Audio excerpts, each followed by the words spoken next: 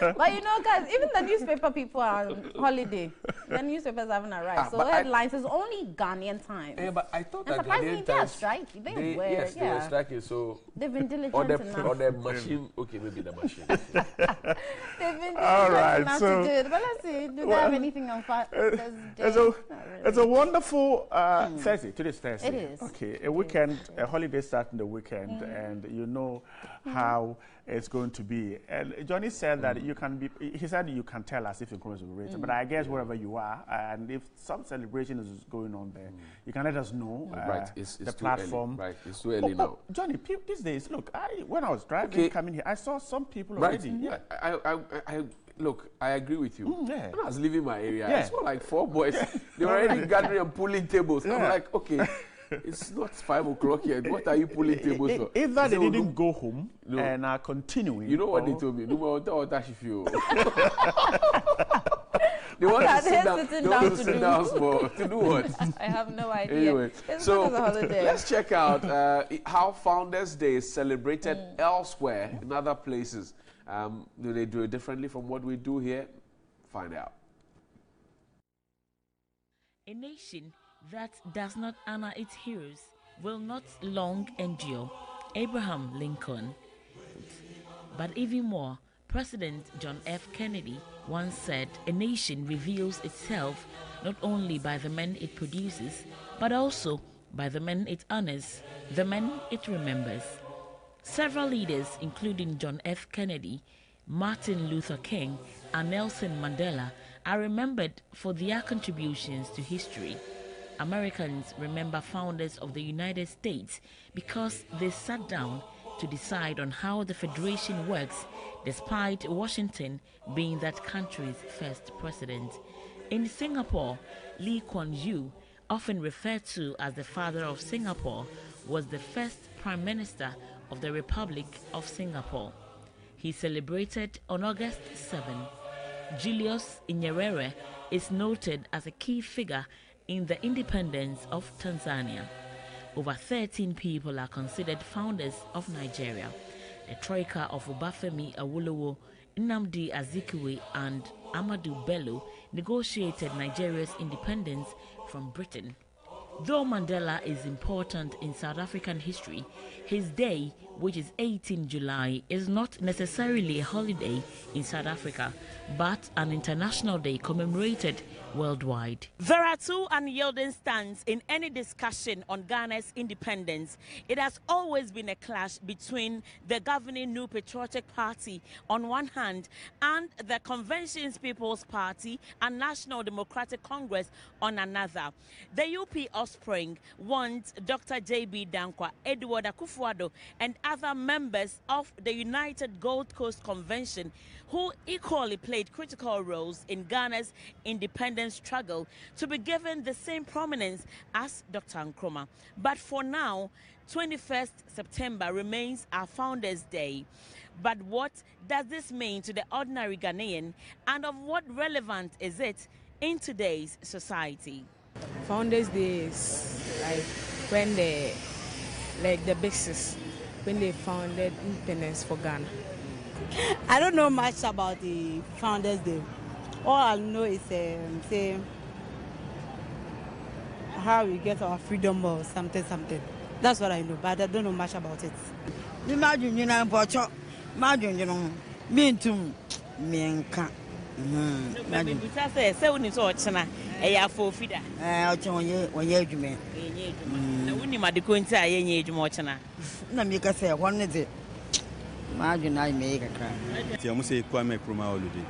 So channel then ye be me mo nkasa de me nko bebia because of my ejuma me yenti. Me nko bebia but me say am for e bi call beach, e bi call baby bebere ko jomeni. Sana me won. Dr. Nkrumah is remembered for the improved roads, schools, hospitals, factories, the Akonsombo Dam, the Tamahaba, and many others. This day is marked with activities such as lectures and events. The significance of Founders' Day is to acknowledge our founders, including the Big Six, for their stewardship and statesmen and founding fathers of early Ghana. It is, however, important to celebrate the effort and sacrifice of our founding leaders, because a nation that does not honor its heroes is not worth dying for. Can Ghana settle on who is actually its founder and be firm on which day to honor them? Welcome back. So now you know, and just to run by you, if you have a favorite Kwame Nkrumah quote, let's get to know about it. Share with us here. And the big question is Dr. Kwame Nkrumah overrated? But come with me, let me show you something. I suspect this was in vogue when Kwame Nkrumah was around. Yes. This hairstyle, it looks like a drone, eh? Right. It does. It looks like a drone. Maybe it's picking some signals. Yeah, picking some signal, like 2 satellites. You know, and anyway, but this is lovely. And you remember the bow shaker to the right? Where is it? The last time I saw one, it was around La. Yeah. I saw. I was surprised. La around. I'm told that they are in the secondary schools now. So. Yeah, I mean, most schools have them for food. There was one at Akraka driven by a man called Shele. You know, they were banned. Yeah, yes, they were. They were banned because they. Casualties during accidents were just too high. The wood breaks, and so they were banned from being used to carry passengers, but schools were using them to carry items here and there. It's a nice car. But right, imagine, you know how the sitting arrangement is, just planks. Imagine if you are somewhere in the middle and you decide to, the devil decides to use you to release some gases. How everybody... But you're lucky, this one is not coming. Exactly, so it's open, so that it will dissipate. What about those who do damages in situations when it starts raining, they bring down the tarpaulin on the side. And when the devil uses you... There's one that used to run from Swedro through Bobikuma to Kontinase, my village, and then to Sikuma, and then Ahwim. And the man had, I think his thing on the back of the car, "Save me, oh God." So that was the name we gave to the man. Save me, Save me, but this one says time changes, no condition is permanent. Save me, oh God. Interesting. And hey, let's go back real into time and see. So, did you ever spend any of this? I did. Any of these? Did you ever? I remember the 6 shaped one. 1, 2, 3. Yeah. This one? Yes. I remember I did. I've gone through all. I did too. This was the 10 pesos you used to buy groundnut with. Yeah, groundnut. You buy 10. It was 10 CDs actually. This was 10 CDs.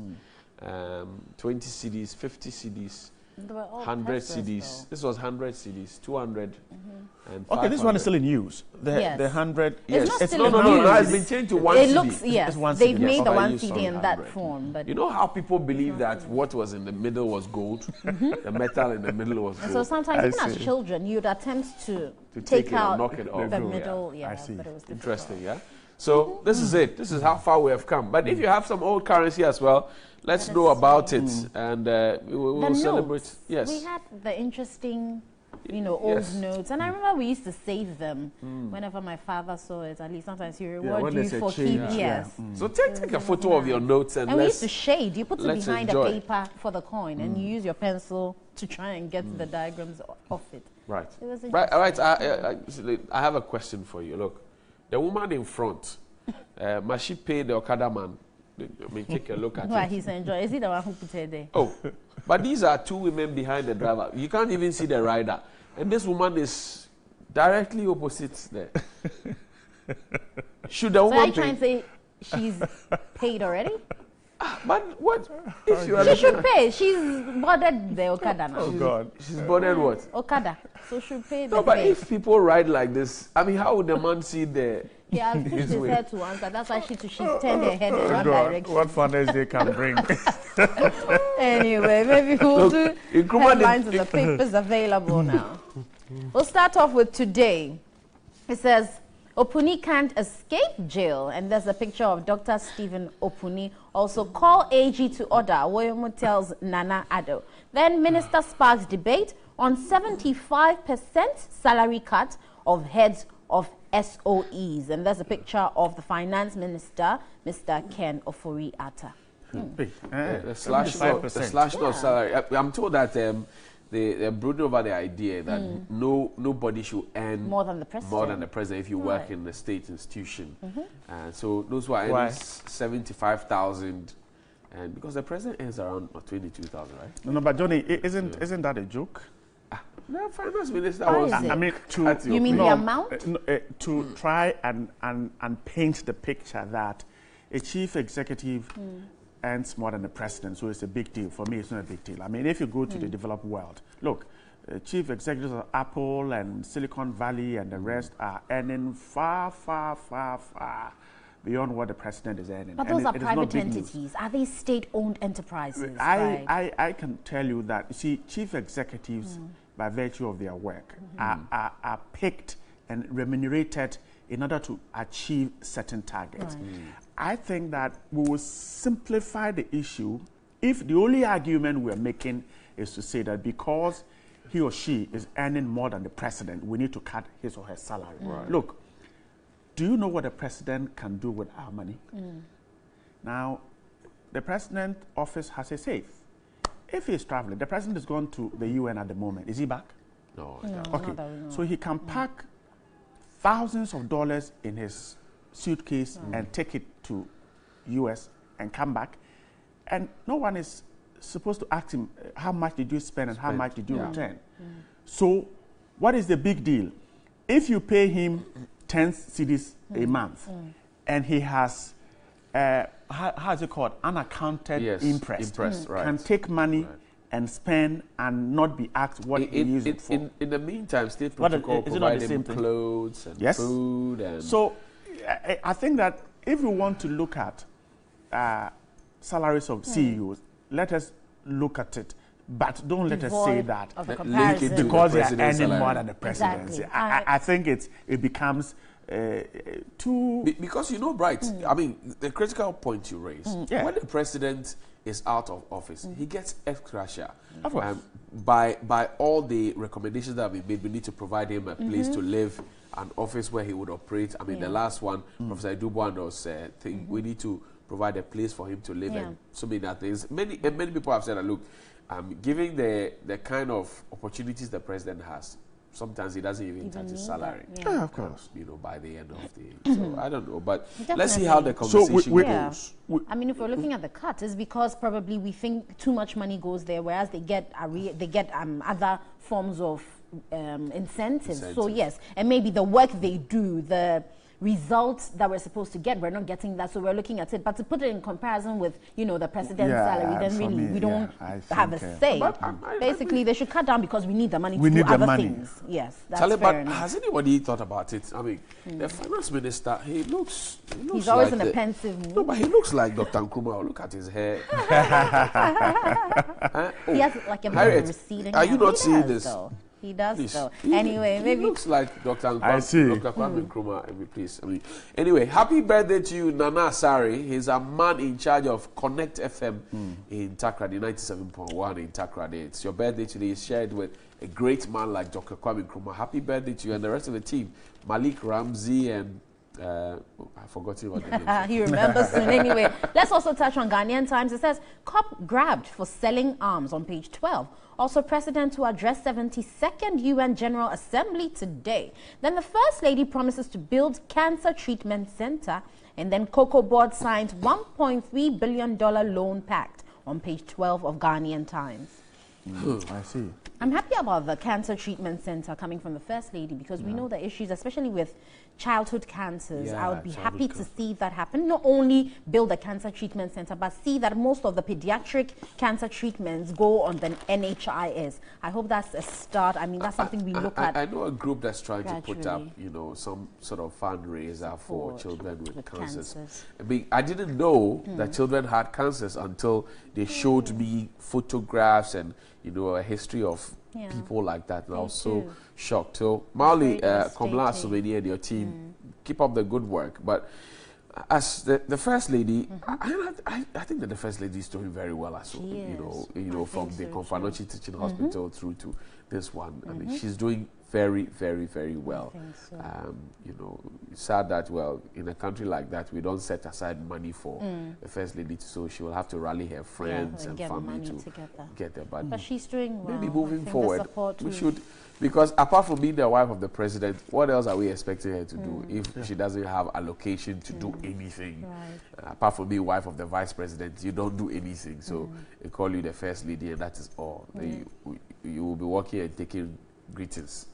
No. So let's see. It's a good path she's embarking on. But what does it tell of our healthcare system? Is it that we don't care about children? It's not a priority. But social protection, yes. I mean, the cardiothoracic center at Kolebu. What has happened to it since operations? Is it the same center we know? Are there any additions, expansion, or is it the same thing that we need? So these are issues with our health sector, and not only the health sector. Every sector seems to be lacking something. Priority is what we are missing.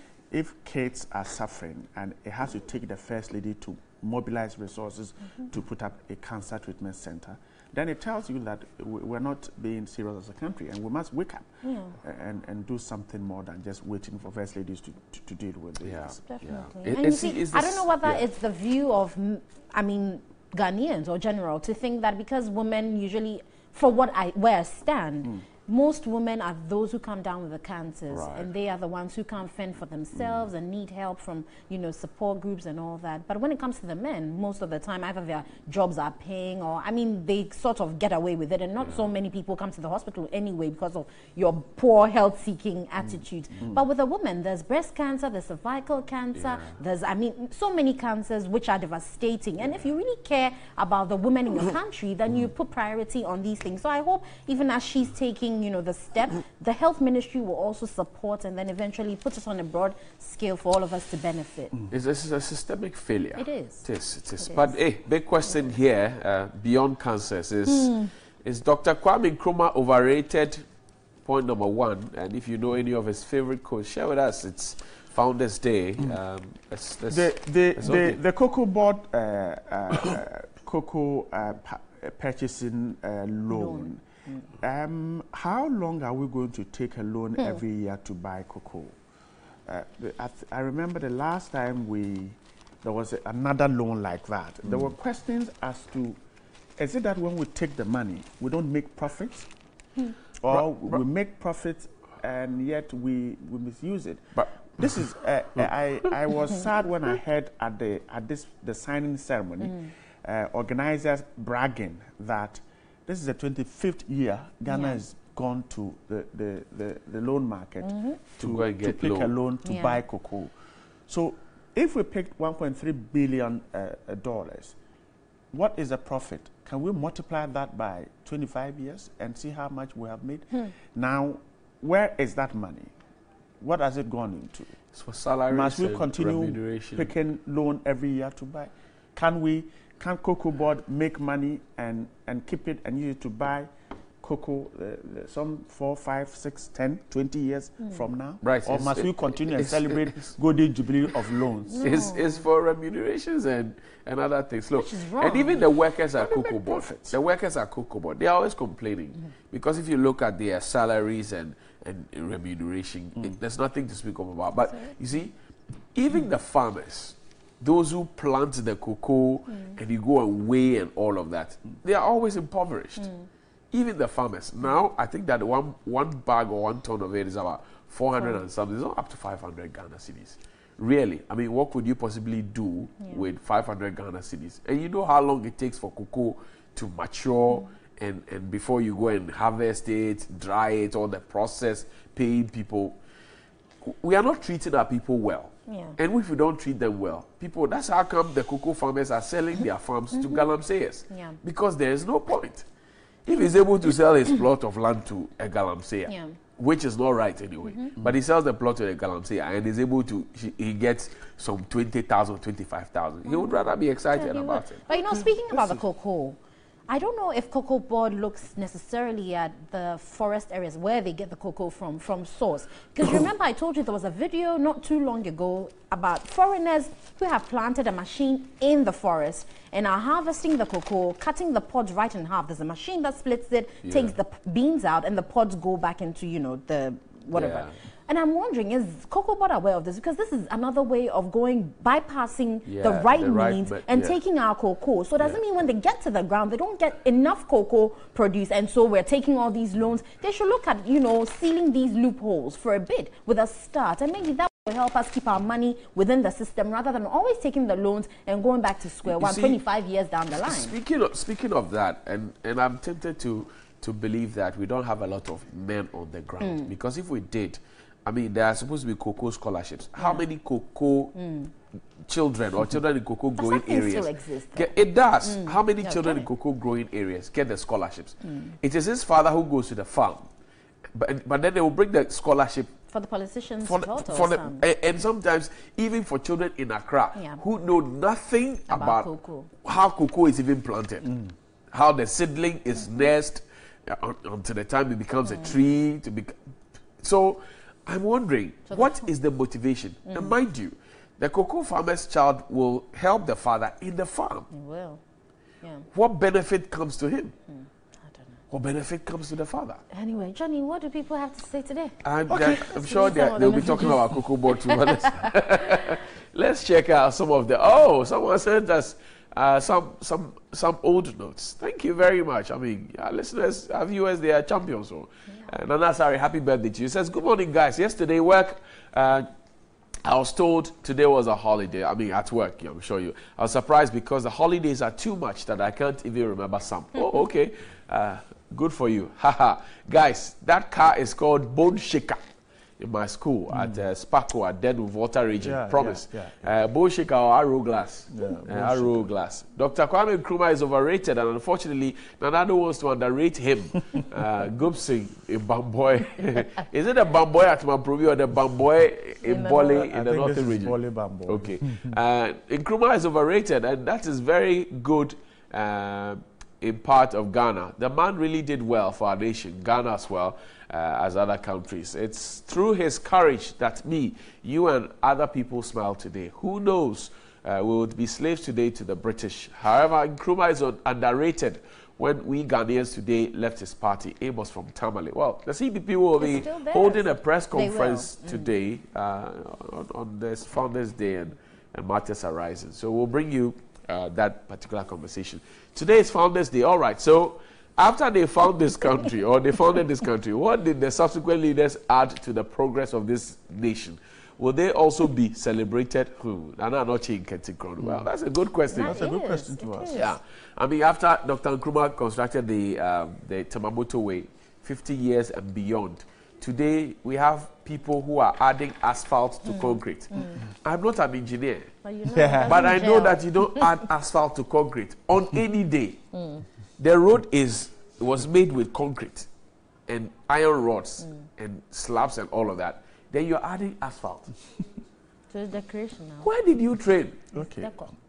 Is that what? Deco. Is deco. Okay. Anyway, please, Johnny, a team has 11 players in a match, but at the end, we only have one man of the match. Oh, okay. One player of the tournament or one player of the year. It does not mean he or she performed alone. The others are given their rightful places, but not one man of the match award. Okay. Good morning, TV3 crew. In my candid opinion, Dr. Kwame Nkrumah was under... No, I think we rate it. Okay. Let's take it. Underrated. It's a holiday, so allow. Underrated, please. Our politicians here in Ghana. Amuzu Oscar, thank you. How are you, my brother? Georgia, it's okay. We'll come for the cat meat party. Good morning, TV3. I'm really sad this morning. The euphoria that often greets this day is lost. Is it euphoria, right? Okay. Yeah. The NPP has turned Ghana Ghana governance into hungry family and friends. Haha, this day will never stay. We, the CPP, will automatically support the NDC come 2020 to boost this substandard government out. Abbas Haruna from Kumeu. Good morning to all officials of... Johnny, sorry, does Abbas mean to say that he doesn't think CPP can win in 2020 and so they have to support NDC? Oh, but alliance is good, though. Political alliance is good. Yeah, but they, I mean, they're still a formidable force. Yeah, the alliance, Betty. Anyway. Good morning to all officials of TV3. I'm the person of, Turusong Joseph. Okay, welcome. I come from Wa in the Upper West region. Dr. Nkrumah is underrated because looking at the way the man has worked, I think it would have been good if you take 4th August as Founders Day rather than considering all the big six. Okay, yes, Dr. Kwame Nkrumah overrated because considering the huge amount that Britain Colonial Matters gave him, he spent the 2/3 of the money outside Ghana. And I think the big six must be celebrated as founding fathers, not only Dr. Nkrumah.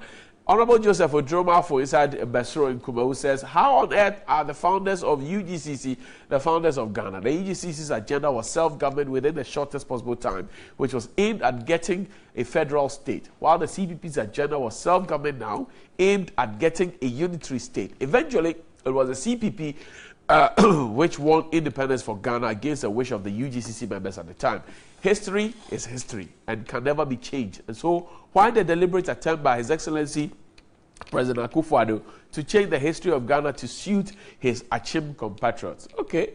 Good morning. Please, what does this line in our national pledge tell us? I promise to hold in high esteem our heritage won for us through the blood and toil of our fathers. Okay. This is a WASI question. Okay, it's a WASI question. But the answer to the question is in the question. Or O-level general paper. Because I think it's just what it says it is. Yeah. You promise to hold in high esteem our heritage, which was won for us through people's toil and people's blood. I think that the angle he wants us to focus on is our fathers. So it not just one man, but the fathers. Yeah, but even if, Johnny, your father played a role, Bright's father played a role, my father is playing a role, everyone will play a role. So when it says our fathers, I think it's a collective term. It's not even looking at founders, but in general, everybody who did something worth taking our independence for us. I mean, that's the point. That's the point, right? Everybody is part of it. You can have fathers, but if you go to a meeting, you don't have all the fathers talking at the same time. Yeah. There's always one father who is talking for the other fathers. True. So. Ankuma in Jukwa, Central Region. Tahir Ibrahim from Ipabongu says, good morning. History is history and can't be changed. In fact, it hurt for the MPP trying to alter our history. It's not the best at all. Good morning, Senior Bright. If Messi scores 5 goals in a match, they won't say Messi has won a match against the other opponent. They will say Barcelona has won. So it's not only Nkrumah who gained independence for Ghana. Sasko from Tamale. Good morning, seniors, and a special good morning to my sister Amma. It's really good, and I'm really proud of you guys for portraying African culture by your dressing. Johnny, I couldn't recognize you until you spoke. Oh, really? Rashid Osman is a journalist. Hi, Rashid. Yeah. Good morning and happy Founders Day to you all. Johnny, please, I'm coming for your top just after you close, but Nkrumah is overrated. Oh, but I can't go home bare-chested, my brother. Okay. Johnny, this is your outfit, dear. Charlie, you do all. My regards to Chairman Freddie Blay and Archibald Kobina, the incoming Greater Accra Regional Chairman of the MPP. He's absolutely, but he has to win the election. If he doesn't win the election, he will not be chairman. He will be aspiring chairman. He is absolutely overrated. He has overshadowed his colleagues. Okay, know that if you do not step forward in life, you always be in the same place. Your success depends on your ability to act. Put away fear and let the action start. Now, good morning. Happy Founders Day to all lovely citizens of Mother Ghana. I say Ayiko to Osajifo Dr. Kwame Nkrumah for his stewardship. We'll continue to celebrate him and not... Okay, put a name there. Nanayao Akompra in Techima. Good morning, Doctor. You look gorgeous this morning. Dr. Nanama, you look gorgeous. Johnny, why do you always put a little? Good morning. In fact, Senior Bright is looking like my hometown chief. Oh, where's your hometown? I love your outfit. Daniel in Ashama. Daniel, where do you come from? Please. Good morning. Founders Day. President Akufo-Addo is out of the country at the moment. Are we really serious about this? Who will do the lecturing on our past? Daniel in Ashama. Although a group sometimes achieves a vision, there's always one person among the group who initiated a vision. Kwame Nkrumah should be named the father of Ghana on this day. Pastor Saint Jose, Church of God, Ghana. Okay, so that's 20,000. 20,000. That should be 2 CDs now, right? Yes. That should be 2 CDs now. 20,000. That should be 2 CDs now. That's Ephraim Abu there, right? Yeah. Ephraim Abu, and that's a National Theatre. John, is it 2 or 20 CDs? It will be 20. You take away 3 zeros.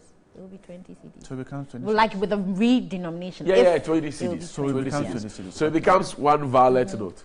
2 CDs. No. But it's 1, Look, 2, 3. at the time when Okay. Right. Yes, at the time when this one was invoked, that was when we had 1,000 CDs and the 5,000. Yeah. So this one is 2 CDs now. That's right. 2 CDs. 2 CDs. It's 2 CDs. That's a lot of money. When it was printed, it was very nice. I mean, yes, the but smell, it was those monies were they very big. huge. They're Yeah, big. they couldn't fit into regular size persons. Who was the governor at the time? Okay. Is it Paul Akwa? Yeah, I think so. He signed most of. Or Kwabena Dufo, Dr. Kwabena Dufo. No, I think it was Paul Akwa. I think so. The signature. But why do they always sign Irish? That's money for you. Anyway, but you know, Dr. Nkrumah had some interesting quotes. He did. He did. I'm sure you must have heard 1 or 2 of them in your lifetime. But let's hear what we have for favorite quotes of Dr. Nkrumah. Your beloved country is free forever. These words proclaimed on the eve of Ghana's independence are perhaps the most quoted, recited and known of Dr. Kwame Nkrumah's speeches. The black man is capable of managing the whole of earth. But before this night, Dr. Nkrumah spoke from his heart and gave out a message of hope, which touched not only Ghanaians but also Africans.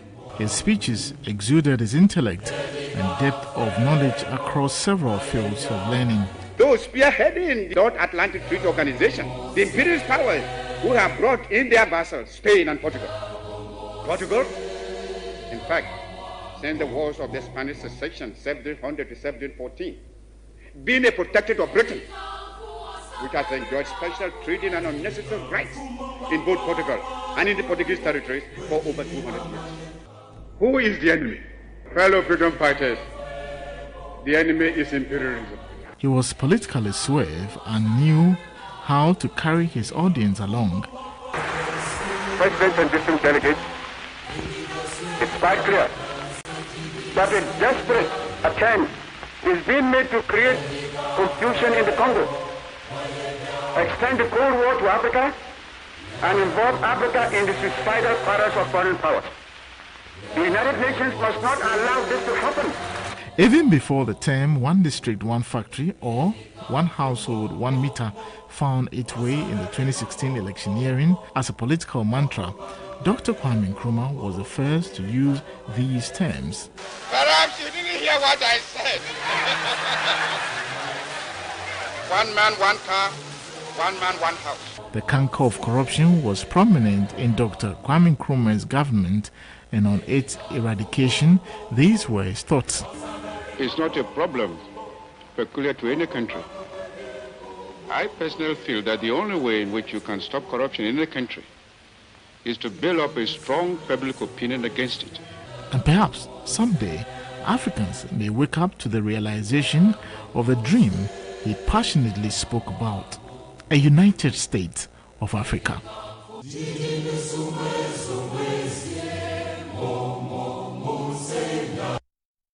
United States of Africa. But of course, like we've asked the question this morning, do you think Dr. Kwame Nkrumah's personality is overrated in the role he played for Ghana, or you think it's underrated? Well, people have already shared their concerns with George Quainin on the street ranting about this conversation. Let's take a watch.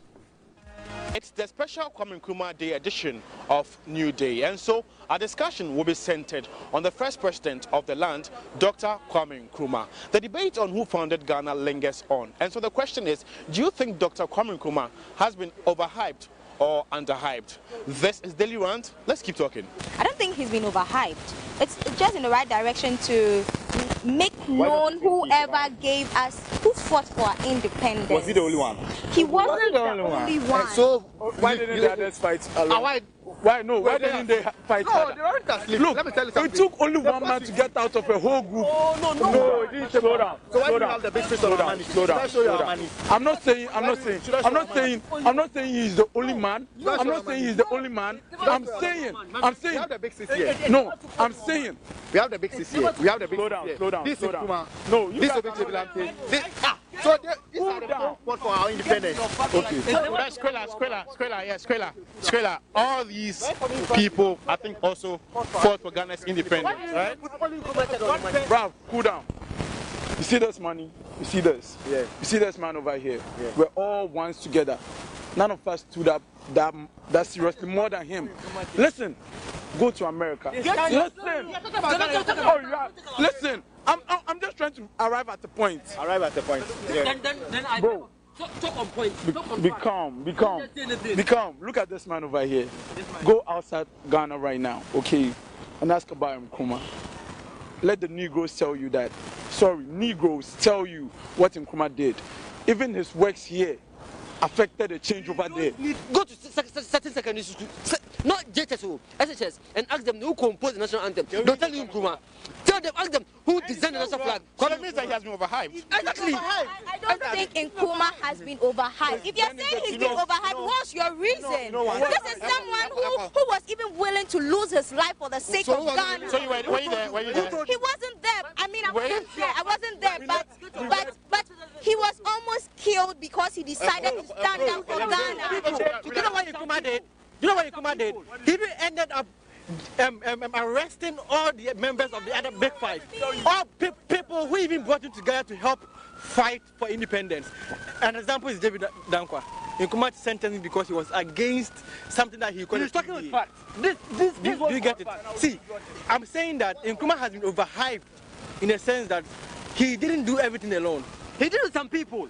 But even people brought him to the country to help in the struggle. So we should celebrate these people. Even before the Brexit, even before those who even brought him to Ghana, there were a nationalist struggle for independence. Okay, look at Cameron Dodo. He's a veteran journalist, 60 years experience. He thinks Nkrumah is not the founder of Ghana, and then he was a bad and a good leader.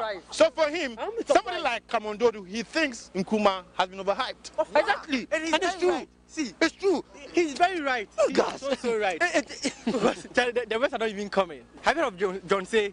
He's a typical local Ghanaian who also formed part in the struggle for independence.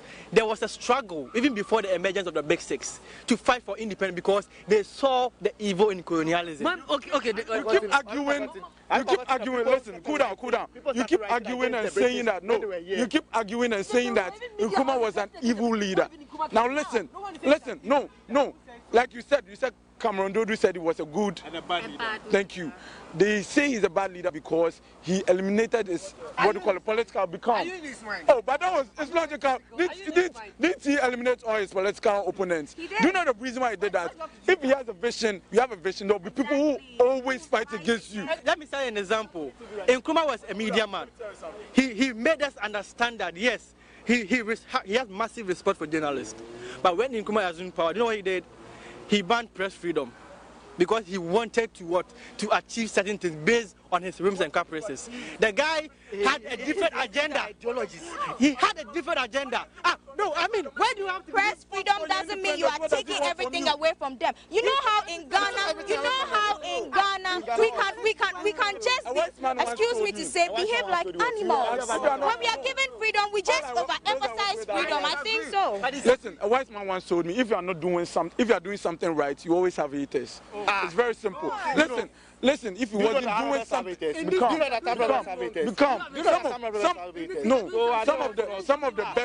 some of the best leaders have been fought against. Gaddafi, okay, and Nkrumah used to link up with Gaddafi and Haile Selassie. You remember that thing, right? Become. If he wasn't doing something right, they wouldn't have.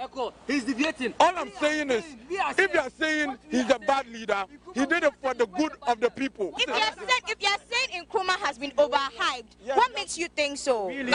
I am saying you can't question me. I am saying Nkrumah is overhyped because he has overshadowed some people. We can't see the rest he fought with. We can't see the people we need to celebrate with. Some people. So in this case, you are telling me we are not saying Nkrumah is a bad leader. We are not saying he is good or we are just saying he should be celebrated along with the people he worked with. Because they all tried to get independence for us. Someone died for their life. Of course. And when Nkrumah is doing for us, he started jailing those who brought into Ghana to even help in the struggle. Who does that? The whole, debate about who founded Ghana, lingers on. And I know the president has proposed 4th August as Founders Day, and then that's today as, Kwame Nkrumah Memorial Day. And I think it's going to, put to closure all these controversies. What do you think? Exactly. I think so, because as my brothers are saying that Nkrumah has been overhyped, at least 4th August would come and then make sure that we celebrate other people. But I don't think Nkrumah has been overhyped. It's just in the right direction. He hasn't been overhyped. If that's what they're trying to do, then we should have every day for some kind of president. Like, let's say, maybe this is the date Kwame Nkrumah was born. We should celebrate him. This is the day before he was born. Oh, wait. Let me talk. Wait. When I'm talking about only him we having 21st for him and 4 for the what's the essence of this? Nkrumah is the reason why all of you are working in freedom right now. Nkrumah is the reason why all of you are working in freedom right now. Don't talk about something you don't know. Don't talk about something you don't know. Don't talk about something you don't know. Then if possible, we should also celebrate Rollins. If possible, we should also. Okay. If so, let's also celebrate Yasantua. That's my plea. Exactly.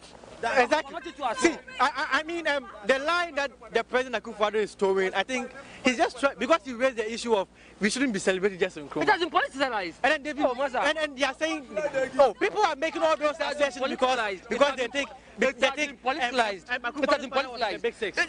Exactly. But that is not the case. They all struggled. They tried.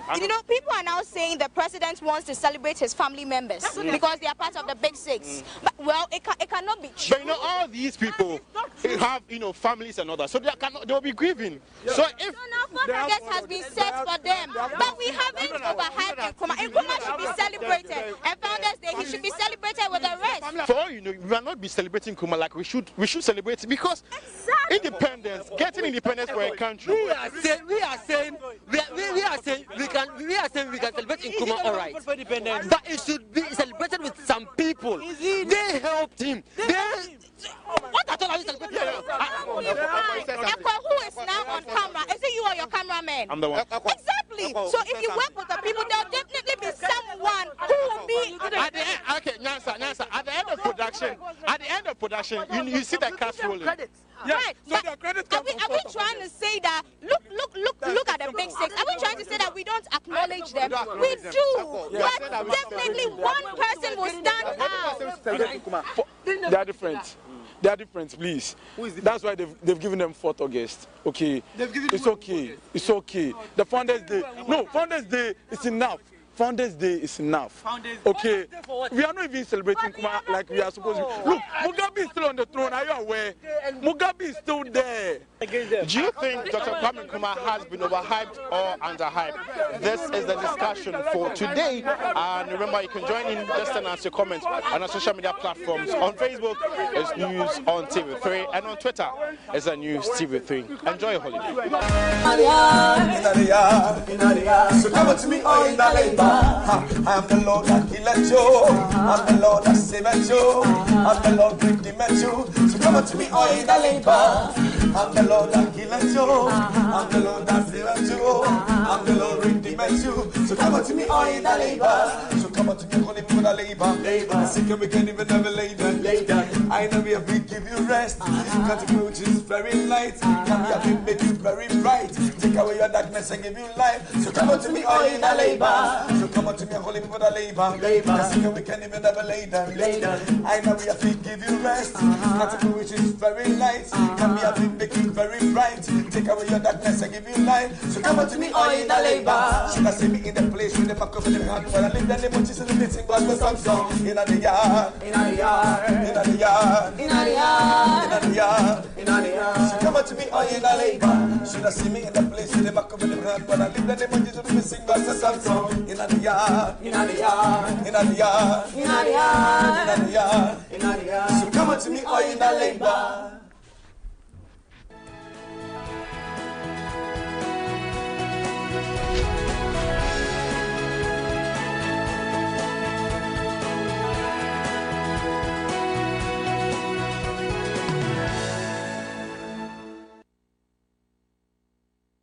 Right. Let's carry the conversation on the day on. And this morning, a lot of the newspapers are resting. Guinean Time is on, but we'll focus our attention on today, the debate about August 4 Founders Day, and take a look at exactly what we should do and what we should not do. But the Guinean Times has a story. August 4 Founders Day receives mixed reactions. That's a story. And it says that there are a number of reactions to that proposal. And this follows the president's proposal to make August 4 September 21 public holidays. So a lot has been talked about it, but we'll take a look at exactly what it means. My guest this morning, to my extreme left, is the second vice chair of the ruling NPP, Eastern Region, Nana Fredua-Jimo-Foriata. Good morning. Good morning, sir. I hope you're doing great. By God's grace. Thanks for joining us. And then I also have to my immediate left, former vice chairperson of the CPP and a political scientist, Madam Araba Benti Angel. Good morning, too. Good morning. Hope you're doing great. I'm doing fine. Thanks for accepting to come here. Let's start with this. Nana, let me begin with you. Do we need this debate, this commentary, this discussion about who founded Ghana? Do we need it as a country? I'd say yes and no. Yes, because it has happened that the debate is here, and the reasons for it vary. And so if people have an issue in their minds, the best way to get them clarified, whether for or against, is to discuss it. Understand what's going on, why, blah, blah, blah. So, yes, if it must be, it must be. But it shouldn't have been, and therefore, no. It shouldn't have been because it's about history. It's about who we are. It's about what we should stand for. In this case, standing for progress, standing for truth, standing for principle, respecting each other, respecting our achievements, seeking some form of guidance in order to achieve that progress. So in other circumstances, there shouldn't have been a debate. So no, there shouldn't be a debate. But it is happening. And I'd rather we spoke than didn't. I'd rather we expressed ourselves, our thoughts, honestly, based on understanding and facts. You can, as for opinions, one shouldn't force one's opinion. But I can try and influence your opinion, but I shouldn't force it on you. So if we're talking based on facts and realities and what have you, I don't see anything wrong with the debate. If you were to take a decision to trigger this debate, would you have done it? Considering who we are and what has happened over the years, yes. You would have done it? Yes. I think it's an outstanding issue. I think that Ghanaians need to be more encompassing, more embracing about who we are. And so, yes, I think we need to get over that. It is actually a negative part of our culture not to appreciate certain things, I believe. I'll come back to you. Is this debate necessary? As it happens now, yes. It shouldn't have happened, but it's come to the forefront, and we should discuss it and once and for all come to a decision, fair and right, and put it to rest. I see. If we're coming to a decision, then it means that there is something that is either hidden or that we do not know. Is that the case? No. We know everything. But there are other people who are a bit confused about the situation, what happened then, and what is happening now. So if somebody believes that, no, there was this man, there's this and that, so prove it. and we get over it and have it done. Otherwise, year in, year out, or elections in, elections out, depending on who wins, is going to happen again. Because if we don't do it, this person comes and changes it, and the other one comes and says, no, no, no, it wasn't correct. Let's go here. So let's exhaust it. Discuss it. Discuss it and come to a final conclusion. The truths, the realities must come to the fore so that we take a decision as a people. But if we take a look at where the discussions are coming from, can we agree that this is a path? For me, I think... So that we document it? For me, I think this is a non-starter because it has been established long time ago. And on Independence Day, the Declaration speaks it all. We always, every year, we show those pictures and what happened then. And it speaks volumes, it speaks the truth. So it's a non-starter, but somebody is not satisfied. As a people, we should discuss it, speak the truth fearlessly, and come to a conclusion and end it once and for all. We see the video of the Declaration of Independence at the old Polo Grounds. Who is the founder of modern day Ghana? Asiedu Dr. Kwame Nkrumah. It is not in dispute? No, it shouldn't be in dispute. It shouldn't be in dispute, and it is written, it is documented what happened. The fights, the imprisonments, the arguments, where one side said, we want land reform. And he says, no, we want our country back. Just get out and give us our country. And it was done. If it was done that way, and it was not just lands being given and them staying, then who got it? Who got it? So it is not in dispute? For me and for most people who are reading and being in reality of minds, will see that there shouldn't be a dispute whatsoever. There shouldn't be. I see. Now, who can we point a finger at that is a founder of modern day Ghana? If you don't mind, what is modern day Ghana? Was there an olden day Ghana? Well, of course, there was the old Ghana Empire, old ago, the Mali Empire, the Ghana Empire, but we're talking about the Ghana as we know now, with a landmark from Tumu in the upper west region to Cape Coast in the central region, and then the Volta region on the this side, and then the west region. So we're on the side. talking about who founded Ghana, and therefore how it came about. If you ask who at independence led us, and that is founding, there's no question about whether it's Dr. Nkrumah or not. That is not founding? I'm saying if you want to call it that.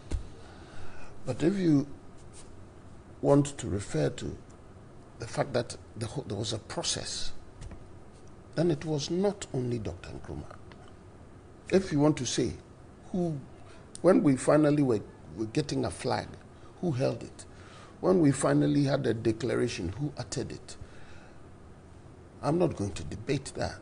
Anybody who debates it is an outright liar. There's no debate about that. What is debatable about this? If you're saying who founded Ghana, there are a host of people who did. There was no leader among the hosts? Well, eventually there was a leader, yeah. With Dr. Nkrumah, there's no doubt about that. That's why he was first leader of government as far as government business, as far as Ghanaians are concerned. He became first prime minister, became first president, and it wasn't like there was spacing. It continued from 1951 until 1960 when he became president. So those are not debatable. Would you say that anyone who tries to suggest that Nkrumah isn't the one who led the independent struggle is trying to change history? I'd say yes and no. Yes, because there were stages of it, and at different stages, different people were on the stage, so to speak. And then when he came in, he joined the fray from 47 when he was invited, and then he led his party in 49, and it continued. So yes, there were a host of people who were part of it. That's the history. Nkrumah's role as far as the struggle for 57, 6 March 1957, is not in doubt. No. Why would it be? Right, let's get to the meat of the matter. It's about a word, founder, founders, founder, founders, is it not? I'm disappointed. In what? The fact that that is a matter. So, the President, Akufo-Addo, comes out. He recognizes a particular person's role. He also recognizes that there are other people who must be celebrated. He chooses a date, justified, and puts it out there. And we're bloodied, we're hurt, we're upset, we don't like it, only one person must be noticed. Is that what our concern is? For me, it's disappointing that we're so built up in thinking that that's what we should, that's how Ghana should be. Battles of pre-47, battles of pre-49, battles of pre-51, and then battles of pre-57, pre-60, pre-66. We want today to continue it simply because we feel better that way, or what? That's what serves our grandchildren and their grandchildren? Or is it that whatever happened, we're supposed to glean the truth and benefits of it and know that we should not continue the negatives and then carry with the positives. And so tell everybody's history. We don't like that. We just want to shut everybody out and stick to. So is that what makes us Ghana? Before I go to Madam Araba Bensechi, so the feeling is that the Founders Day has ignored some people. The intention was to shut people out. How? Because look at why is it a debate now? Because the president decided to change it. Listen, no. Let's a debate because the president had decided to. This whole debate when it started, and I humbly seek a bit of your time. My position was this: there are two angles to it in the debate. There's the political angle, and there's the history angle. If you use the political angle to begin the debate, you'll end up not telling the truth about the history. If you use the angle of history to lead the debate, the politics will come out in truth. What is the political angle? The political angle, as I understand it, is that pre-2010, when this date was instituted, was there a debate?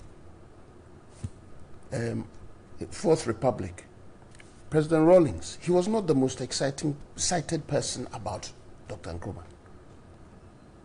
When he pushed Dr. Nkrumah, it was because the Nkrumahist elements around him pushed him to do it. He himself did not recognize Dr. Nkrumah the way the others and the rest of us recognized Dr. Nkrumah. He wasn't too interested. He was pushed. So his party sought something. So they did something. And because of the Nkrumahist elements.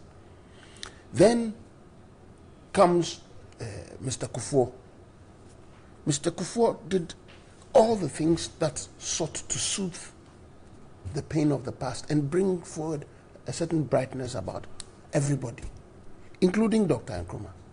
I remember there used to be some billboards even around of him and Dr. Nkrumah. He never said a bad word. And if you know the background of Mr. Kufuor, you'd expect that he'd be bitter, because in his home there was suffering under Dr. Nkrumah in politics. But he did not use that to lead the country, because he knew that was not what would benefit us. He stuck with the history. The history is that there are certain things that should be bygones, and the positives should be carried forward. And so that is how he led this country. Never doing anything negative about Dr. Nkrumah. In fact, going ahead to recognize him. So why and not? then you asked me Madam, for the political. Yeah. So now come Professor Mills. What was the value of the 2 CD note in our economy? Simply because they needed another way. The NDC had gone into a position to find themselves. They went into a position, they were pushed into a position, and that is where they started looking for themselves. They needed an identifier, and so they took Dr. Nkrumah. And then they come back, and then you create the 2 CD note and put Dr. What was the value of the 2 CD note to us, apart from that particular cultural statement? What was the value to us? And then created this holiday, which raises the debate and therefore the parting, the divisions, blah, blah, blah. What is the value to us of not wanting to continue in the vein of building a Ghana that encompasses and embraces everybody, as Mr. Kufuor? So that's the political angle. Is what is happening, when you go on to do what you have just said? Say again? What is happening now, the reigniting of the debate, is it going to build that Ghana that is what I think President Kufuor has done for us is that it's created a better opportunity for the history to be discussed and debated properly. Why would you go Mr. Kufuor's way? Mr. Kufuor's way did not have 21st September. It didn't. So it left space for everybody to be recognized within whatever space there was. The 21st September, as imposed by Professor Mills, generated what we have now. Pre that thing, when did this discussion come up? And so I just want to emphasize that's when you start with the political angle of this debate. Yeah, this is what happens. We'll come to talk about now we've missed out on we'll come to talk about the history angle.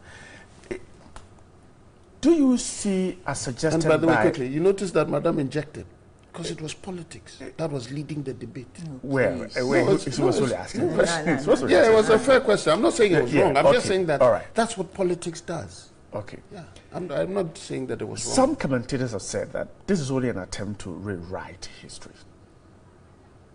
Is that what you see too? To confirm history or to rewrite, for me,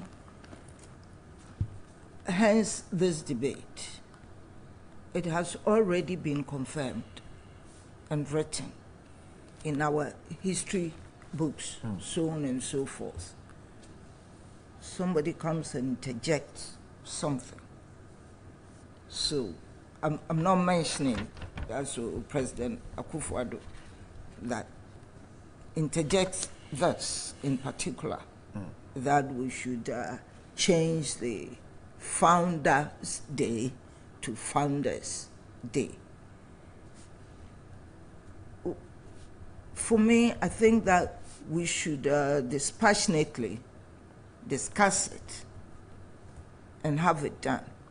Because then we should also look back, those people who are left behind that are still unsure of who did what, must go back and see what really happened. If we do that, we will come to a conclusion that is truthful, honest, and beneficial to the country. I say that any country that does not honor its heroes. It's not dying for. It's a saying long ago, and it still persists because it's real. In Nkrumah's time, before he came, we were not fighting for independence. We were fighting for more freedom, more participation. That is what we were doing in this country. He came and he says, no, we want our country. We want to rule ourselves. That is what is independence. We want to rule ourselves. We can rule ourselves. We will not let you take everything and make us slaves. And so he started the fight. From there were a lot of people who had worked on getting more recognition for the Africans who own their own country, or for Ghanaians now who own their own country, for respect and dignity of us as a people, ownership of our own lands. Yes, people were fighting for it because they had taken everything and turned us all into slaves. So people did a lot of things to emancipate us mentally and probably emotionally, for us to be able to probably take over later. But when he came, he said, no, we want our independence. This is a non-starter, it's a no-nonsense thing. We want our country. Go back to your country and give our country to us. He did this. So if he is honored by this on his birthday, the 21st, which is today, what is so confusing about it? If you say that, when he came, there were people fighting and saying that, go, leave our country, we want our country, and he came and joined. Even then, always a lot of people go to war, and somebody comes out and fights harder and kills, maybe people kills about 2,000, blah, blah, blah. He comes and kills 50,000, and people hail that person, becomes a leader. There's no question about it. So there is no question about Nkrumah's place in the independence struggle. There isn't. So for you, celebrating today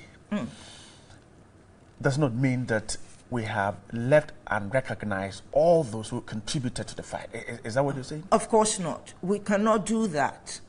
But let me tell you, as a people, we should stop naming our bridges and roads after foreigners. George Walker Bush Bridge, Obama. I went to Cape Coast for a meeting at our Mintmazi.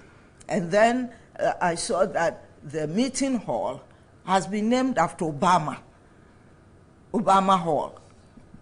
So I didn't even want to go in. But I went in, and afterwards I spoke to the chiefs. I said, what are we doing? Obama is an American. Yes, he was born in Kenya, which he says no, he wasn't born there. And now it's in dispute. In America, they are fighting over it.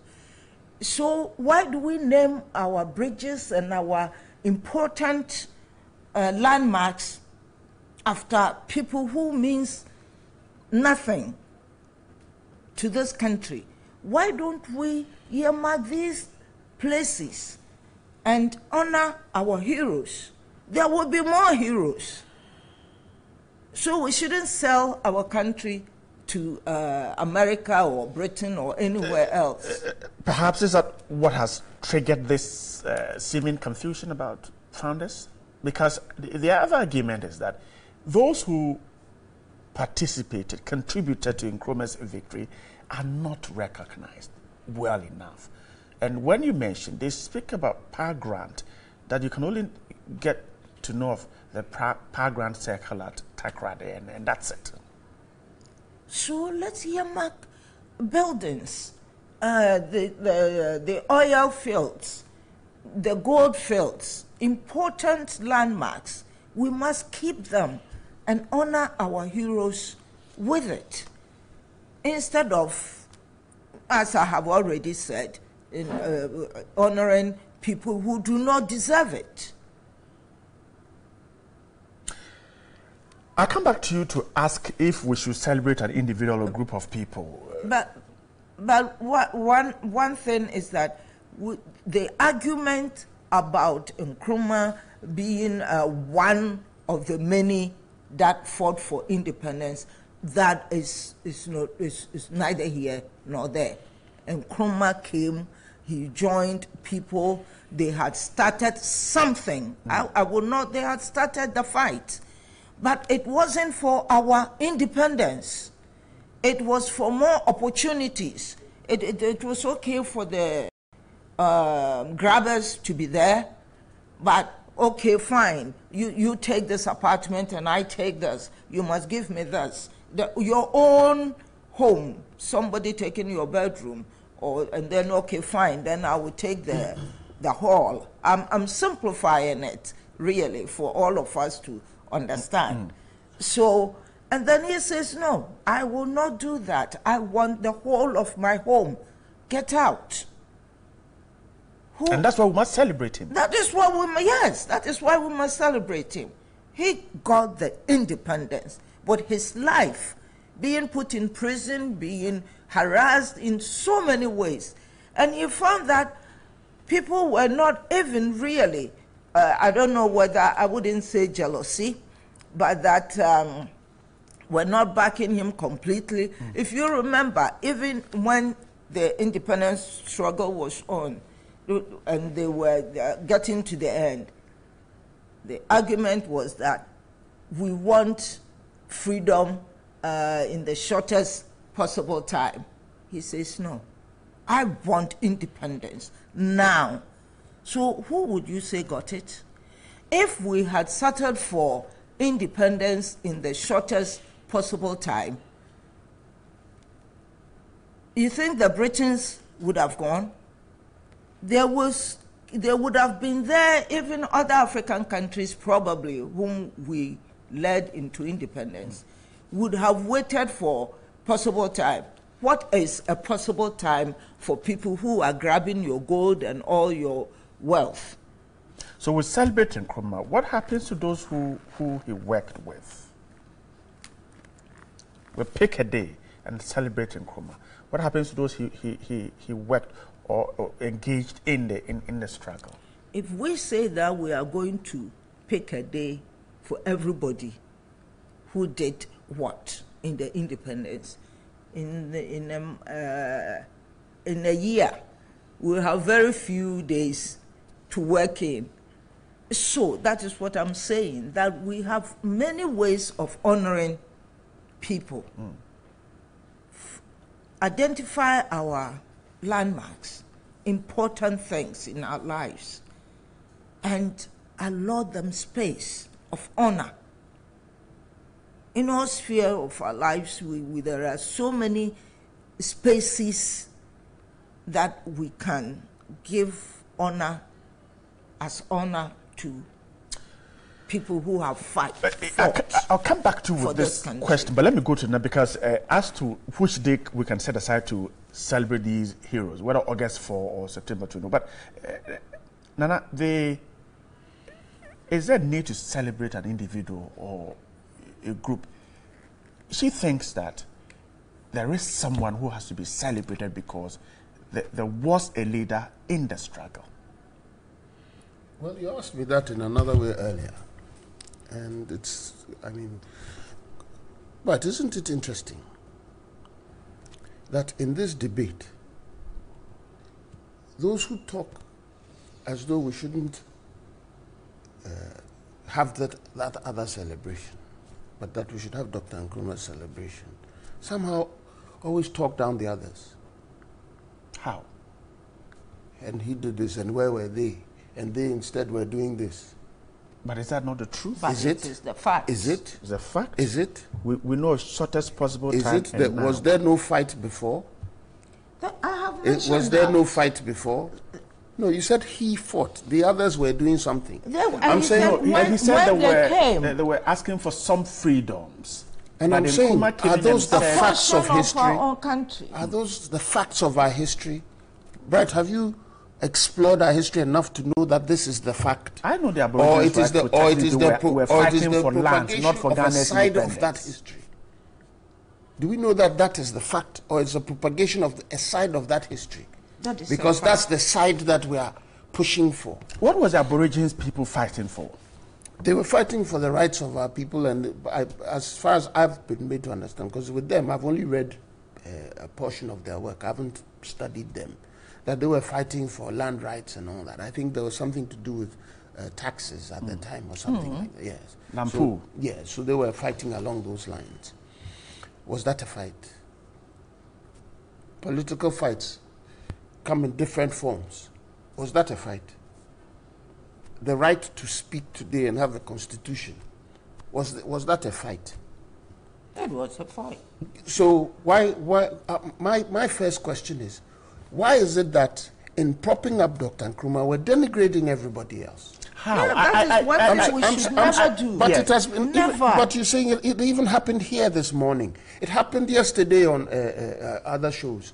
The only person who I've heard who in my humble opinion, has analyzed the realities of the exigencies, is that the word, of the times. The things that would make me oppose you today. The thing, you know what's real, but then because it's the opposition, you take a certain... those things that made some, you can argue today that those were not right moves. They were not the moves that should have been made at the time. But then it doesn't take away the context of what they all sought for, the purpose. Today, if you ask me, I'll tell you that the NDC, Mr. Rawlings, all of them, I have issues with them. Ultimately, did they leave Ghana? Or did they sack me from Ghana? No, they didn't, because we're Ghanaians and they're fighting ultimately from their perspective for the cause. It's the same thing then. Does that make those people bad people? No. Such that only one person was good? What would you call denigration? The only person who has analyzed it publicly in a manner that I think is why this whole thing must happen is Mr. Kwaku Baako. We need, if we don't tell our truths, we'll continue on the paths that, look, when you go and study, I've had the opportunity to study some of the Hansards of the past. We're repeating ourselves. Our history books decades later, we're repeating the names of almost all our fighters. Our children know of the Power Ground, the JB Danquas, the Aqua Jays. And there's more to discover than we're told. Provincials and the rest. I mean, these are well written. What do you call the denigration of these? I'm saying, when you say that where were they when Dr. Nkrumah was doing this, what are you doing? When you don't recognize, when you don't recognize that they did something, but positive, but rather recognize that they didn't. Wrong. As for them, where were they? Nobody has said when you say that he came and bought the fight, what were they doing before? That was not. I said they were. I started. And I'm saying that I've heard that same time. She said that they were fighting not for independence, but they were fighting for more opportunities. People, yes. And I'm saying that, is that the truth? It is not the truth? Let's go and find out. That's what this gives us the opportunity to do. Because now it's going to be a he said, she said. And I'm saying, let's go beyond that. So that is not the truth? I'm saying, let's go and find out. That is the truth. Because it is a one-sided truth. That is the truth. It is a one-sided truth. So at a point for example, the 49 riots and things. What is the story out there? What is the story? That when they were arrested, everybody was pointing at Dr. Nkrumah. He was the one who caused it. Is that not the story that we've been told recently? You don't believe that story? Is that the truth? That's not the truth. Is that the truth? You're saying it is not the truth? I'm saying, is it? I'm asking, is it? You have another story? And then, you see, but the question is that, is it the truth? Because we're taking it from one perspective only. And so, and because we are not reading, because we're not asking questions. I'm not claiming that. Okay. I'm saying that is that we are all not I'm saying that is that the what truth? You're saying? Is that the truth? You don't believe it is the truth? I'm saying, is it? I'm asking whether it is. But you don't have any reason why you think Nkrumah was arrested too. Does it sound right that in spite of all those things, and then reports and what have you come up, and people get titles like doyen of Ghanaian politics, Gold Coast politics? What was the value of that declaration? It wasn't made by a Ghanaian, and it was documented. What was the value of that if somebody wasn't fighting? It gives somebody the title doyen of Gold Coast politics. Then if you go into things like Ekuafo Adamfo, who got that title? Why? They did not fight for something. They did. I'm saying, she acknowledged them that they did fight for something. Notice that my problem is with going to, especially in recent times. We are talking about independence. In recent times, when the President Akufo-Addo put out this, he did not say that we shouldn't celebrate Nkrumah. He didn't say that. He said that we should celebrate Nkrumah and emphasize that it is Nkrumah's celebration. Then he says that let us celebrate everybody else. Why the change?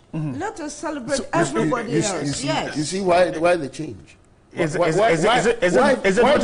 not a legitimate question? Why the question? No, is it not a legitimate question? And I'm saying why the question? No, but Nana, is it not a legitimate question to ask why the president is changing this? Has he changed it? Well, that's what he said. Because what has he done? He said the day should be just a Nkrumah Memorial Day. Is just? Yes, but the Memorial Day and the Founders Day are two different things. You know that. The difference is what in the date and the fact that others are added onto it. The Founders Day is totally different from Memorial Day. I'm saying Founders and Memorial Day. I'm saying two different things. In recognizing Dr. Nkrumah for what he did for us, is there anything wrong with that? Is that not what we're fighting for in the first place? In the same way, recognize and talking about the founders and August 4th and all that. Is Dr. Nkrumah not part of that? Is he not? So what is our issue? Are we worth dying for in this country? Are we worth dying for? So today, so Madam Bensienchel and I are sitting here. We're dying in our own little way. Is it worth it? Right, yes, you're sitting here. Worth it. So then why is it that we don't want to recognize? August 4 and 20. So why don't we want to make Madam Bensienchel recognize? Why don't we want to recognize her for her work? August 4 and September 21. The 2 days. From a family of activists. August from 4. Before. Brad, let me finish, please. I was very patient, you notice, as usual. You don't have Madam Bensienchel comes from a very powerful political family in this country. How many people know that? How many people know that? And it is pre-57, no? How many people know that? You think the others have been how many collected people to know that that? point Madam that people don't know Bensienchel talks about the fact that why are we naming all kinds of monuments after foreigners? Yes. Is it not so crucially damning to us? What she raises is, I don't know if you were looking at my face, I was shaking my head and smiling because it is so. But you know, and she said that's what we should do instead of thinking about this August 4, 21, that's why I'm September endorsing 5th. it and re-emphasizing it. Prior to this so-called renaming of our streets, and please, instead of giving the names to people, they're giving it to Pepe and Okru. Seriously, I've seen that. Tatali. We must bring all that down and yes. put. And so, you know, prior to that, the names were still named after non-Ghanaians. Lituli Street and Sitole Street. Who did that? Who did that? We should go and find out who did that, because it was like that for decades. So why don't we work on those things? But Madam, I'm trying to say and change that it. We were eager to do everything for everybody, including Dr. Nkrumah, except ourselves. Is that it? It is it. What is? And so I ask, are we worth dying for? Nana, who are we? Why do we have this we notion have of all the time. Pull him down as opposed to lifting us up? What is the difference between 4th August and September 21? Why? What is the date? What does it mean? 4th August allows us to include other people. 21st September. Other people like who? Like the Vincientials. Oh, please. They were there on 4th August? Yes. They were there. You see, Brett, that's what I'm saying. I'm saying, go and check out the history. The Asantwas were there?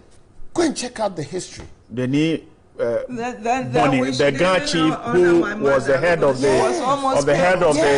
the 48 road incident. They were all there on August 4th? August 4th is a marker. August 4th starts from, and as the president laid it out, starts from Aborigines' rights. Aborigines' rights was an institution for everybody. For what they were doing, it was worth recognizing. When the UGCC was formed, it was formed as a political movement to bring us all together with one opponent, not to split us, like what happened eventually. It was to put us together for one opponent. When we sack that person out, then we deal with ourselves. Yeah, that was what UGCC was set up for. UGCC and its founders recognized the work of August 4th, 1897. So 50 years later, August 4th, 1947, they brought people from all walks of life together to fight for that one Ghana that was going to be. That was what UGC, it said United Gold Coast Convention. For all of us, not for some of us, for all of us. We were not going to fight each other. We were going to fight the opponent and gain independence. And then we can sort ourselves out. That was what UGCC was set up for. Okay. But I wanted to come in. We agree that they fought for something. But we are talking in particular independence. Total independence. We're talking about the founding of Ghana. We're not talking about independence. When they say founding, it's not necessarily independence. They said the founding of Ghana. Is that not independence? Is not taking back our country from those colonial rule, taking over our country and making it process, independent. Yes. And I'm saying that it is a founding. And so, who were those who helped in that founding? And when you take September 1st, and go and look at the history so far from 2010 to date. It's been all about Dr. Nkrumah.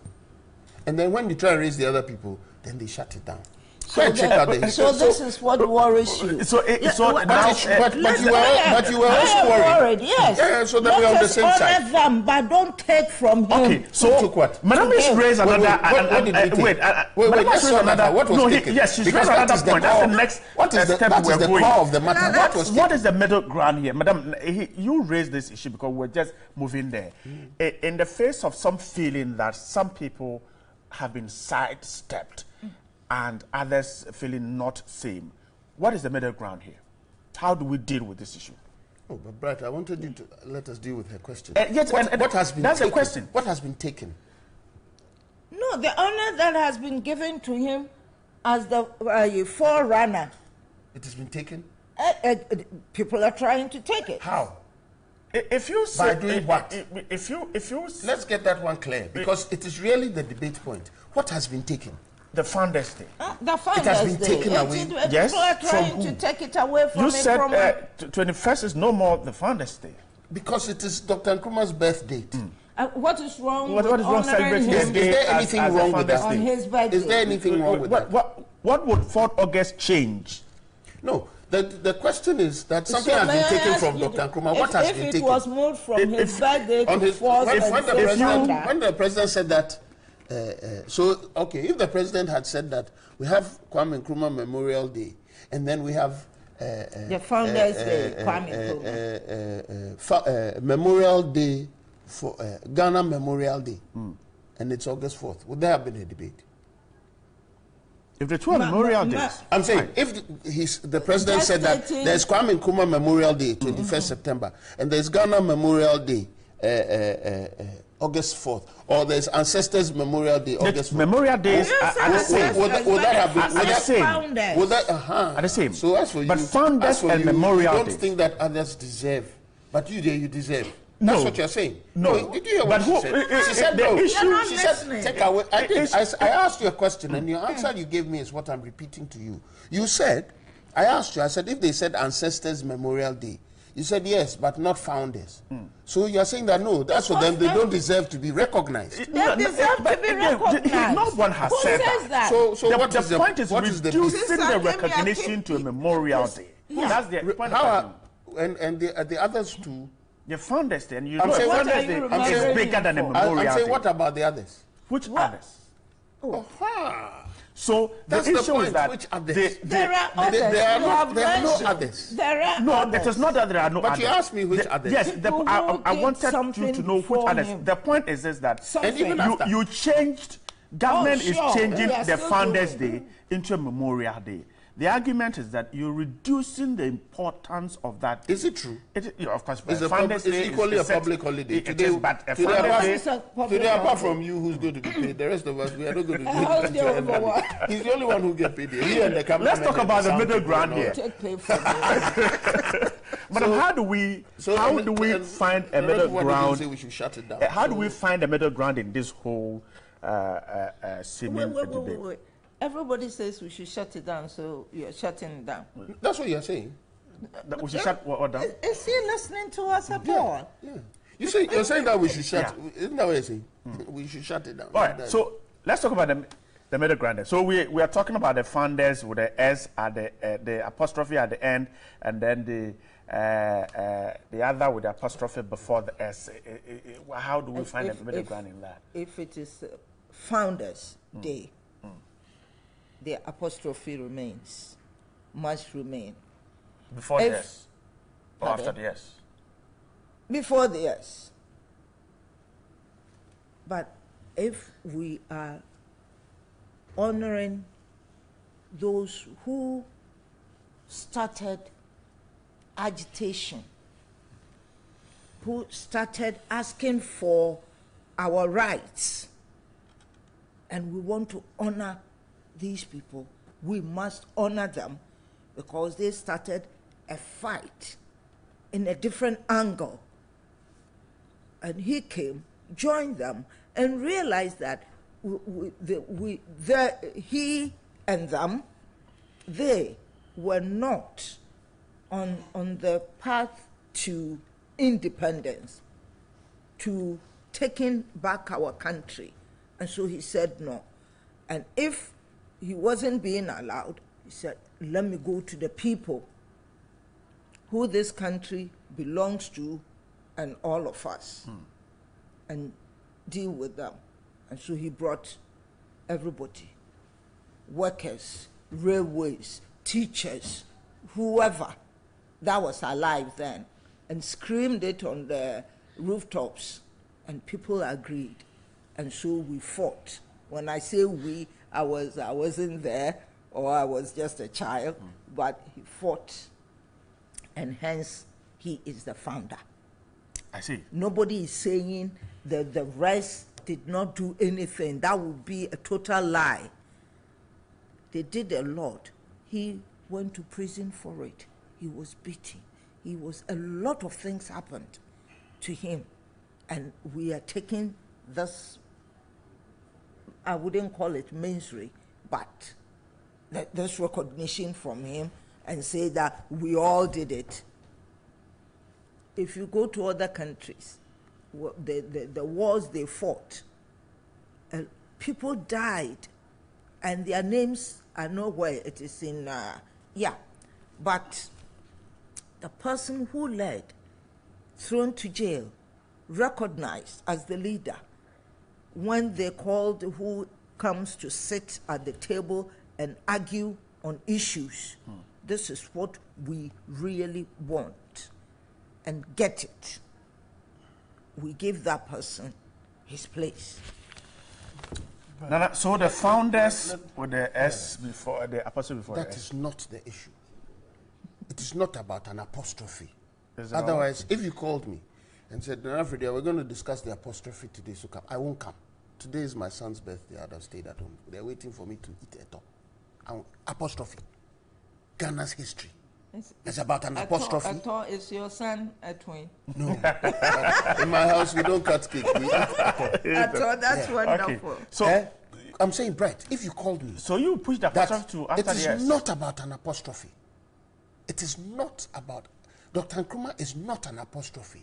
Neither has any of the other people. He's not the founder of Ghana. It is not about an apostrophe. I'm saying that it is not about an apostrophe. Leave the It is about our history. It is about our people. It is about what will help Ghanaians tell ourselves our truths. It's about us not making any more of the foolish mistakes we've made in the past. He's not the founder of Ghana. Huh? He's not the founder of Ghana. He is. He is. He's a founder of Ghana. Yes, he is a founder of Ghana. He's the one who led us at independence. There's no dispute. It has never been. Isn't it interesting? I said that. So what is the issue? I said that when they talk about Dr. Nkrumah, they talk negatively. Madam just did it again. He is the one who did this. And they did it. I don't understand why you don't. But the others didn't do some. They did something. They didn't go to jail. But you say he's the one who went to jail. The others didn't go to jail. Nakwaje went there, and then he in turn jailed them. But you know, I'm saying, you see, when we start going into those things, it becomes a matter. But if he jailed them under the law. But they don't let us go. Under what law? The law at that time. Law created for what? Well, that's not my interest. My interest is that this is not about an apostrophe. It's about who we are as Ghanaians. No, but the issue is that there's talk about the apostrophe changing from one side to the other. You don't. That is what the debate is about. It cannot be. The debate is about the others didn't do as much, and that Nkrumah is the only one who did it. No. Yes. No. Yes. Nana, I'm saying it is not about the apostrophe. Because Nana Akufo-Addo did not say this question. That the Founders' Day proposal for August 4 is expected to have the apostrophe shifted, cleaned, and moved to after the S, meaning that all those people who were captured in the circle are founders. The debate is whether the apostrophe should move there or stay where the before. That's what that debate I'm not part of. You are not part of it. What I am a part of is that August 4th begins to recognize everybody else. August 4th begins to notice the work and effort and recognize as what? As people who helped found Ghana, people who helped build Ghana, people who helped us get where we are today. Could they have done it allows you to now go to your hometown. Could they have done it without a leader? Right. I don't know why when it gets to me that you let me talk. I don't understand. Now she's also not letting me speak. I don't understand. All right. I'm saying that on that day, it allows you to go to your hometown. And it's funny, I've never asked you where you're from. I'm from Bremen Continent. And go and find out what was going on in that period. And then who were the people who brought information to them so that they learned about what was going on, whether they were on the CPP side or the Ghana Congress Party side, or it doesn't matter. But they stood up to help build Ghana at that time. That is what it does. Okay. When you take this only date, you are trying to say that everybody else didn't matter? Is that what we're saying? I see. So that now we're naming Tatale Street because we're so busy not wanting to recognize the other people. That's what happened, though. Those people who were naming those streets, they were eager to do that because they didn't want to recognize that somebody else could also be put then monumentalized. All right. Why are we like that? Let's listen to what eager to pull everybody down. Well, we have not. I know of the statue at Kumasi somewhere. That's what Parkground has only one single statue at the. And those are the names you know. What about the others we don't know? But the ones we don't know, how do we find them on? That is what Nana Let's also hear what our viewers are saying. Johnny, welcome once again. For historians. Senior Bright. Okay. Well, Tatale Street, Wache Street, and Yokegari Avenue. Well, this is what our viewers are saying. They're part of both sides of the debate. Good morning, Mr. Bright and your team. I'm Isa Isaku, a peace advocate and a foundation chairman of the peace project in Zabsugu. A nation that does not recognize its heroes is not worth dying for. On the other hand, a nation whose unity does not stand because of political polarization is worth losing its dignity and developmental potentials. Despite our political, religious, and ethnic differences, we are one people, one nation with a common destiny. I believe that working together to address our developmental gaps in the atmosphere of peace, harmony, and respect for rule of law is the way to go. Happy International Peace Day to all across the world. A.U. Farouk in Tamale says, good morning to you all. Dr. Kwame Nkrumah, the founder of Ghana, we will not continue to remember and celebrate you, no matter the sabotage. Okay, we will. Sorry about that. Good morning. It's unbelievable that all the past presidents never tried rewriting the history of Ghana until today's president, who sees that Dr. Nkrumah is not the founder of Ghana. I see it as a shame and a coward attitude, a cowardice attitude, when nobody has ever argued over that until now, when historians and some journalists are disgracing themselves by trying to support the selfish cause of the president. God save us. Bright, it's clear that the Dankwa group were not fighting for independence. It's rather their selfish interest. Nothing will work even if President Akufo-Addo names the Flagstaff after his late father. If Nana wants his forefathers honored, then we should celebrate Yasantua Sundiata. It's a unnecessary, you say, and it's ambiguous. In any case, what did those so-called people do for our country after all? Akufo-Addo's father was a ceremonial president. Still, Nkrumah is the founder. Aristotle, good morning. In fact, your station and the programs is second to none. GH-wide. The policeman turned gun seller should be used as a scapegoat to deter several others. NDC communicators are now Wyome's counsel. Opuni, Wyoming. Bus branding. The Senate must be made to face the full rigors of the law. Well, thank you very much for your message there. Let's see what... okay. It says, good morning. In fact, okay. Nkrumah never dies. Yes, if Messi scores 5 goals, and this is interesting, Anna. It says Nkrumah never dies. Yes, if Messi scores 5 goals for Barcelona to win, it's Barcelona that won. Every soccer-loving fan and the sports journalist will be highlighting Messi, not even the ones who gave him the assistance to win their match. Anyway, it's surprising Nana did not know about much about the bond of 1844. Even President Kufuor did not make such weird proposals. Whatever this Akufo-Addo-led government seeks to do to Nkrumah's memories and wonderful deeds, it matches on. If UGCC was signed on 4th August 1947, it didn't mean independence was declared that day. Well, all these people the president wished to honor were the very people who were in the country fighting for themselves before Nkrumah came and said independence now. He was the only man who joined the agony of the prison because of the independence now. His day, the 21st, must not be interrupted. If the president wishes to honor other people, he should look for another day. Robert in Takrade.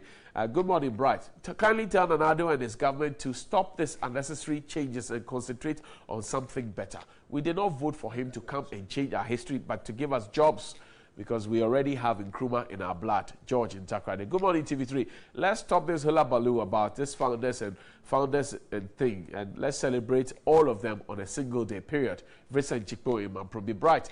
Is Nana telling us to go back to our schools and burn all our history books? Because he's saying that the Ghana is not explored enough to prove the historic facts of Ghana. If this will be the line of argument, then we have all been deceived back in school. Oh, Mother Ghana, please. I think the 2 dates proposed by Nana-Addo, our president, are okay. Example, if our coach, Joe Appiah, invites a Ghanaian player based and abroad to join a local team to fight for World Cup, at the end of the day, if that player is able to bring in new ideas, which ultimately wins the cup, do we only say that player won the World Cup? David Bugri wants to know. Good morning, TV3. No one can change the history of this great country. Nkrumah will forever be our only and great founder. Osman Brooks, son in Tamale. This attempt by the MPP to rewrite the history of this country will not fly because Dr. Nkrumah still remains the primus inter pares. Kofi Seidu. My brother, MPP only wants to show us abuse of power. There is no contention of who the founder of Ghana is. Even the zygotes currently in their mother's womb know that Dr. Kwame Nkrumah is the founder, from Francis Nkume. And finally, good morning, TV3. The debate about founders, this was apostrophe S, is like the current issue about the free SHS. If Nkrumah does not deserve to be the founder, then Nana-Addo shouldn't be the only person for free SHS, because the past president also contributed to it. Christopher from Ejura. I like that. I like people likening it to football and free SHS and everything else. Very interesting. But why is it that the viewers seem to think that it's a certain agenda by the president and the MPP to want to rewrite history? Is it what it is? I'm going to Tatale Street. That's a very important question, Brian. People must not, first of all, it must be made very clear. No history has been changed.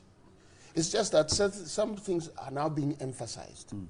No history has been changed. If you notice, every time you ask me the questions about, so what actually, I say go and find out.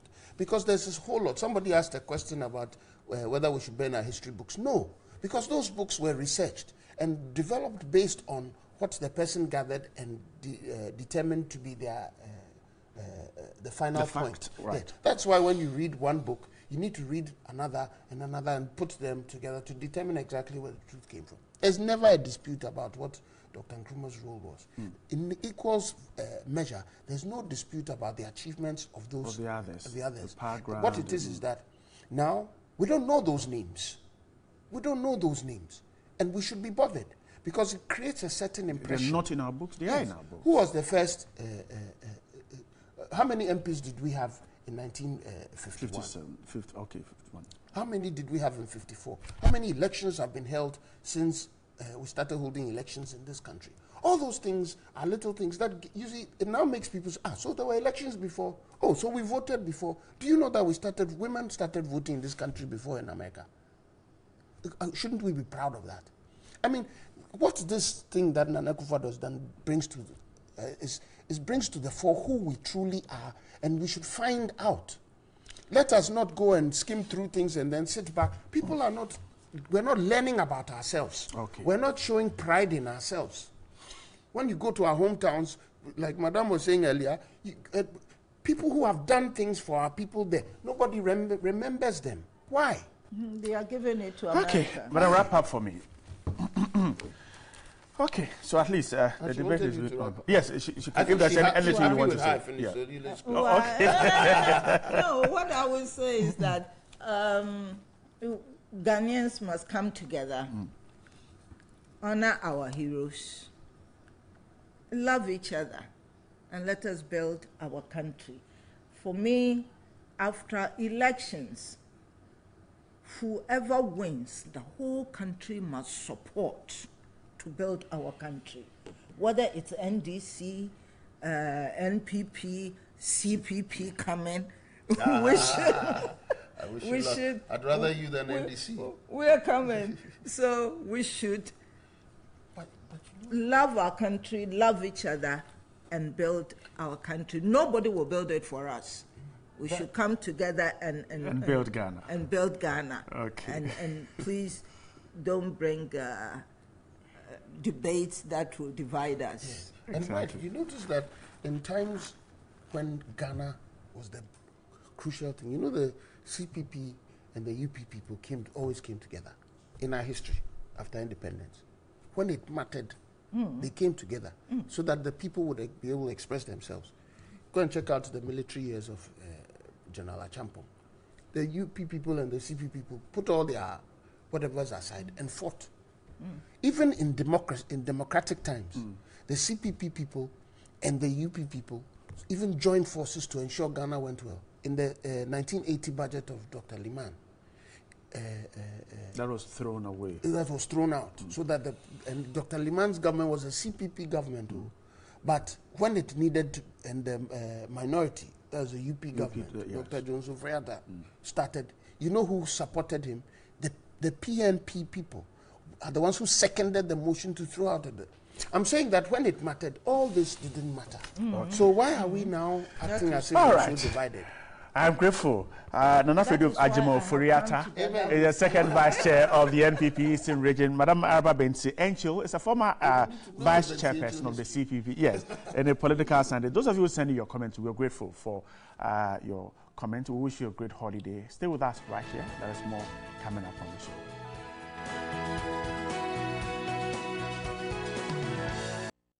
Welcome back, and this is New Day here live on TV3. We're having a conversation about Dr. Kwame Nkrumah Founders Day and all the other issues related to it. But perhaps we need to pause and have a conversation about drug abuse.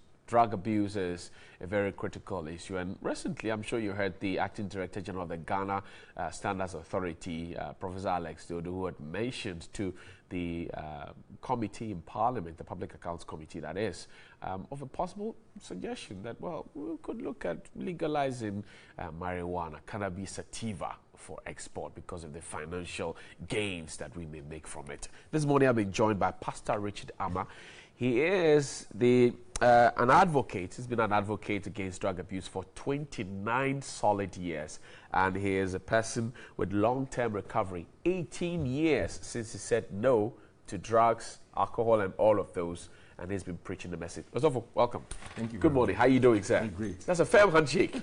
I like that. Thank you. How's the holiday treating you? So and so. The holidays have been mad with this apostrophe and apostrophe. I see. We have forgotten all these things and you move on as a nation. Right. You know. But so far, so good. How is the fight against drug abuse going on out there? Oh, it's really difficult now. It's really getting murkier since we have people in high authority talking about the legalization of marijuana and stuff like that. But basically, we are trying to break through, sending out the message of recovery to people. Especially if they've not started, they shouldn't, and if they have started, they should try and put a whole stop to it. Today is a holiday. Yeah. Parties, merrymaking, alcohol, weed, cocaine, blah, blah, blah. You've been there, you've seen it, you've done it. Heroin and cocaine when it was not even on the market. Now it seems to be on the market. Are you worried that we have too many holidays where people can actually get a chance to go and do their own thing with drugs? Oh yeah, not really too much holidays concerned with the drugs, but in fact, let's look at it one way. The holidays are really too many in this country. Okay. We don't really need more holidays. And secondly, when holidays and drug addiction, it's really on the high side because of the beach parties and things that people are having. Today, a lot of people will be introduced to drugs. Okay. So basically, why is that the case? Why are people usually introduced to drugs on holidays? Curiosity. Okay. He works with maybe, let's take a woman, a young girl, for instance. He's with a guy, and every day the guy hides this thing from him. But one day the guy just at beach party, because he's a bit drunk or tipsy, he exposes himself, and the girl realizes that, hey, I've been working with this guy for so long and he's smoking weed. Right. And I don't know. But I've heard that when people smoke weed, they're going to go crazy. Okay. But he's not crazy. He's very intelligent. He's doing well in school. And so that thing is like, let me just taste and see what at all is in this thing. That's how it starts. That's how it starts. It sounds like curiosity. People think maybe peer pressure. For me, I have a problem with when it comes to drug addiction and peer pressure. Okay. Basically, I always ask people certain questions because people come to me and say, oh, it was his friends who taught him. No, I ask a mom that, okay, if he is standing with his friends and another mother is standing with the son, you will say, oh, it was his friends who taught him. So who taught each other? Right. Are you getting a point? I get it. Basically, it all stems from curiosity. Curiosity. For instance, I grew up in a home where smoking cigarettes and drinking alcohol was not an issue. Okay. So I grew up drinking and smoking anyway. By 4 or 5 years, I started smoking cigarettes in the house. Are you for real? Yeah. How are you taking the pieces of my dad pieces from the ashtrays and taking food steak and things like that. So by 12, 13, when I got to the secondary school, here was my lecturer, my teacher, and then 6 formers smoking weed. I was like, hold it. My dad says when you smoke weed, you are going to go crazy. But this is a teacher, and these are 6 formers, and they are all smoking. They are not crazy. Okay. So you joined them. Experiment, curiosity. What at all is in this thing that my father is saying when you touch it, you are going to go crazy? Right. And these people are not crazy. Then my father hasn't got information about what he's talking about. He doesn't know. He doesn't know. Exactly. But basically, we need to tell people about the disease aspect of addiction.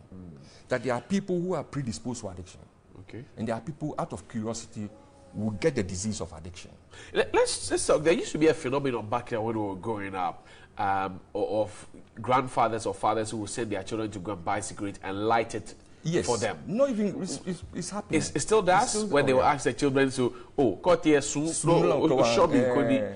show me. But why do we have that? It's out of knowledge. For instance, I grew up in a home where cigarette smoking and everything was. My stepmom doesn't want my dad to smoke. Okay. So he's been assigned to smoke only a packet of cigarettes a day. That's because they don't want him to smoke. Exactly. And he smokes a packet. A packet a day. So he gets his one packet in the morning. He's supposed to last him for the 24 hours. Right. Now, he buys a cigarette in cartons and gives it to me to keep. Because nobody will come and my stepmom or my mom, when they come to the house, will not come and search me. Right.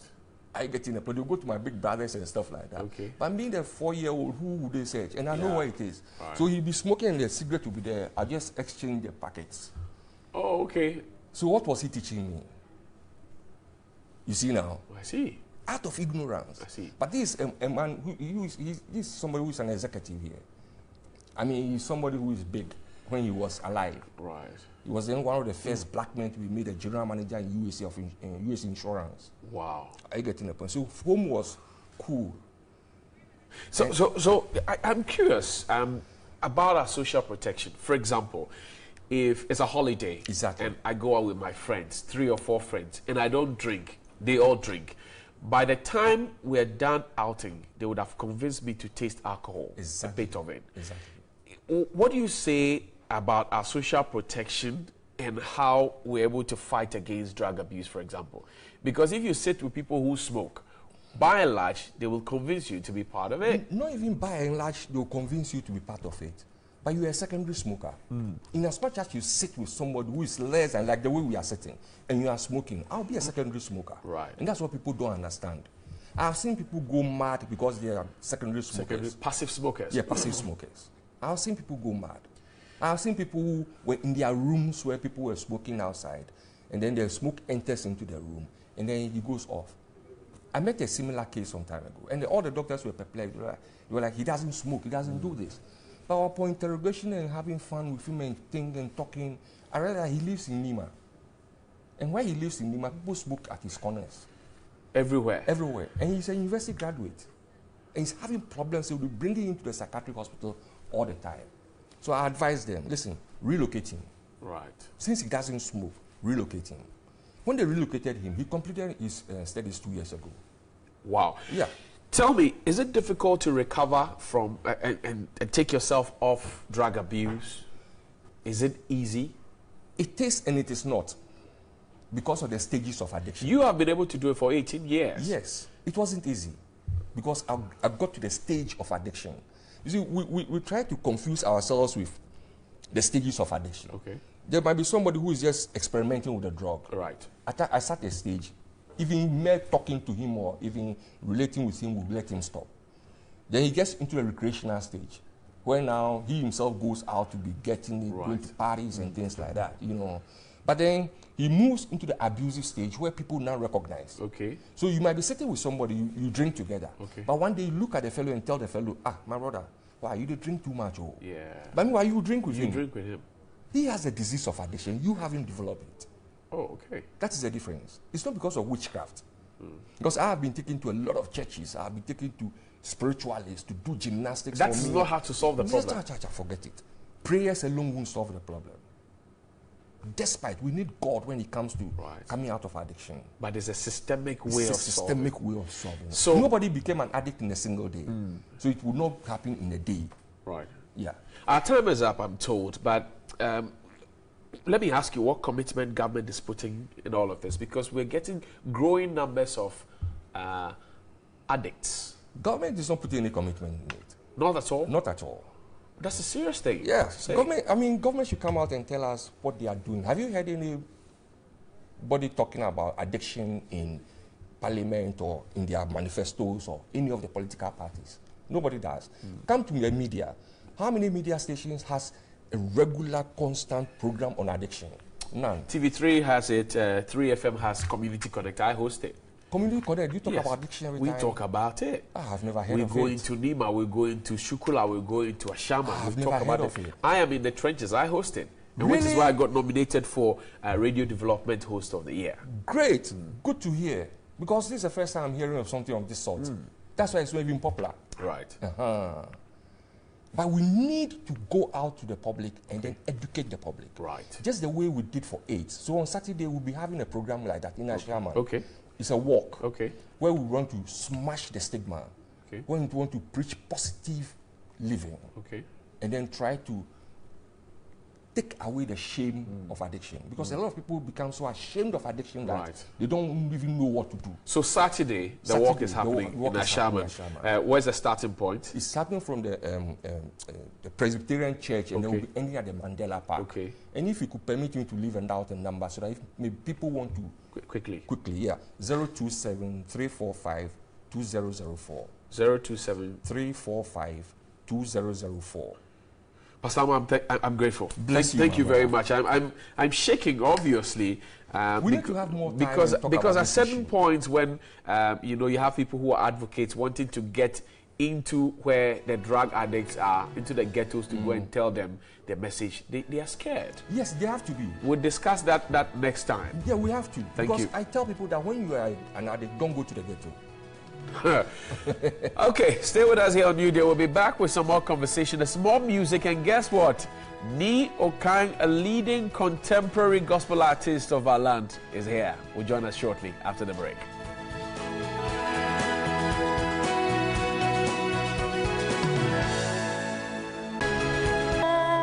Glory indeed, the glory of my God and King. And as you heard him sing, he's here to sing more to you and tell you about his concert that's coming up. I have Ni Okang in the building. Good morning. Good morning, good morning. I'm excited to be here. Yeah, thank you so much for coming. And definitely it's a holiday, so many people are watching you this morning. Ni Okang, how has it been? You're 40 years of God's grace, I guess. But I'm 45. We thank God you're 40 and 45. Yeah. But what do you have for your 40-year celebration? Well, we can't let this go, you know. We are having a big concert on Sunday, and everybody's going to be there. Joe Metal, Koda, Anklato, Kwesi Oteng, the list goes on and on and on. We are celebrating God's goodness. So it's themed Yesuhi. After my 6th album, which is coming up, will also be released on the day. Nice. And the surprise I have for people, my maiden book will also be released on the day. So now you're a writer, you were a singer, you were a chorister, you're everything all boxed in one. Merci. We thank God for that. But tell me, I mean, this is your 6th album. How has the journey been for you, right from the banking industry and then going full-time into ministry? Tell me a little about that. It's been glorious, you know. A lot to learn, you know, and following after God's voice. It can be scary, but it's the surest thing you can ever have for the Lord to tell you, do this, and you do it. So 2010, I was combining pretty well in the bank and, you know, the music, but then the Lord says, come away, and I did. I followed. It wasn't easy. 7 years ago, I will not be able to tell you everything, but today I can look back and say, God is good, Yesuhi, because there's been days of trusting Him, you know, there's been days of, you know, being there, shaking, but through it all, God has been gracious. I've had support from my wife and my mom and everybody, especially the members of New Kind Ministries who trust every word that God gives us, and it's fitting to say today that Jesus is good. Would you say this, you know, release of the album ties in with your birthday celebration? Was it planned? Or it was just, I mean, God had asked you to release this album and it's just a coincidence? Well, I can call it a God incidence, you know. I mean, God has His ways, and it's my 7th year from leaving the bank. It's my 40th year. It's my 6th album. I mean, God has His way with numbers, and I believe He's very much a part of this, because the feeling has been great, the support has been great, especially from my colleague artists and everybody, you know. TV3, I'm here. You know, a lot of support. I mean, just to say thank you to God for what He's done for me for 40 years of my life. I look back and say, look, I thank God that I knew Him before I turned 40. So that, I mean, you have extra credit hours, you know, already clocked, and now I'm ready for everything else He wants me to do. And people who will read the book would understand the journey. So the book is about you, basically. Yeah, basically. I subtitled it Losing My Isaac. You know about Abraham's son Isaac. He had to wait a century to get this child. And then God says, give him back to me. You know, it tells you that there's a giver and there's a gift. You can get engrossed in the gift and forget the giver. But when the giver is still prime in your life, whatever he says, you need to obey. And it means that he has good intentions. It might not look good immediately, but it will all turn around eventually for your good. Neokai, not only has God blessed you, but you also seek to bless others. I know you do a partnership with the health centers, you know, to help people with a heart condition. Tell me a little about that. Well, it started off as I wanted to do something to say thank you to God for 10 years of Mokobe. Okay. And then we challenged ourselves to raise funds to support 10 heart surgeries. To the glory of God, it's all been done successfully. All the 10 children are healthy today as a testimony to the Lord. But when I thought it was a hit and run and I was about, you know, the children, their parents, the stakeholders, friends of the ministry, they all said, "Nee, you need to continue." And so we set up the foundation early this year. And seeing that I turned 40, the first target I gave to the foundation is to support 40 hearts. Nice. Yes. Nice. So you're moving from 10 to 40 now. Absolutely. God bless you. I'm Thank sure you. the 10 who, you know, benefited in the past, I'm so grateful to you for that. I'm sure they are. I mean, they always move me to tears when I see them, because I didn't know them from anywhere, you know. And when they get that call that somebody is willing to pay for your surgery, it's amazing. Anyway, so on Sunday, your concert, Sunday, 24th September. No, so I like numbers. It's 40 for 40 for 40. So 40 Ghana cedis to support the 40th anniversary, to save 40 hearts. You understand? I mean, those who are able, the early birds, if you're able to get online to egotickets.com, you can get it for 35. If you're able to catch any of my sales team, I mean, moving around your churches, you can get it for 30 actually. But when you get to the gate, it's 40 for 40 for 40. Come and support this great move, because once we touch a life, God will not forsake you. He doesn't forsake our labor of love.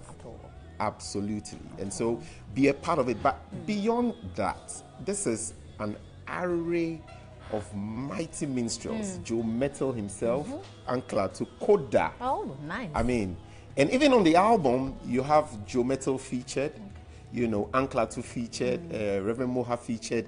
It's a powerful album. We've gone to South Africa, we've gone to the US to put everything together. And I tell you, it's the best thing I've ever done. Right. But lastly, the venue. You still haven't said the where The venue is the Morning Star Cathedral. The Morning Star Cathedral, just off the Regional Maritime University, you know, Sakumono. You can't miss it, from the Junction Mall. But I need to say this. When I took up this charge to do 40 Hearts, I walked to Heritage Bank. They heard about it and said, "No, Nee, it's possible." You know, their tagline is, "It's possible." They said, "Nee, we will do it." So they are on board. Nice. And I know many, many more people will come on board after this interview, because TV3 is big. You know? Well, thank you so much, Neokai. You heard it right from his mouth. Sensational gospel artist Neokai. He's having a 40th, I mean, he's 40, so he's having a concert on Sunday. I hope you'll be there, because I would be to enjoy the ministration. Thank you once again. Thank you, it's been a blessing. So we'll still be here on New Day. Stay tuned with us for more. A new day has come. Arise, shine, for the light of God is on you. A new day has come. Oh, arise, rise and shine, for the light of God is on you. A new day has come. Oh, to the way I say, arise, shine, for the light of God is on you. A new day has come. Oh, arise, shine, for the light of God is on you. A new day has come on. And rise to the top. I know the feel of evil, 'cause Papa God, He take my side. He the bless, He heal and comforts me when I'm down. He the carry me, go to top of y'all. Hey, I the ride to the top. I know the feel of Babylon man, them's 'cause Papa God, He take my side. Oh, He the bless, He the heal and comforts me when I'm down. He the carry me, go to top of y'all. Arise, arise, shine, for the light of God is on you. A new day has come. Arise, shine, for the light of God is on you. A new day has come. Arise, shine, for the land of God is soon. A new day has come. That's Ni Nat Abe, Atani Nat Abe and the Toda Ministries. Guys, thank you very much. So, Nat, there's a program coming up today at the Junction Mall, Nungwa, right? Tell me about it. Yeah, it's the Gospel Reggae Night.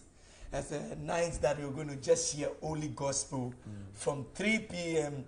down to 9 p.m. at the Junction Mall, Nungwa Barrier. And it's from Nat Abe and Toda featuring the Hot Water Band. Okay. And it's also free.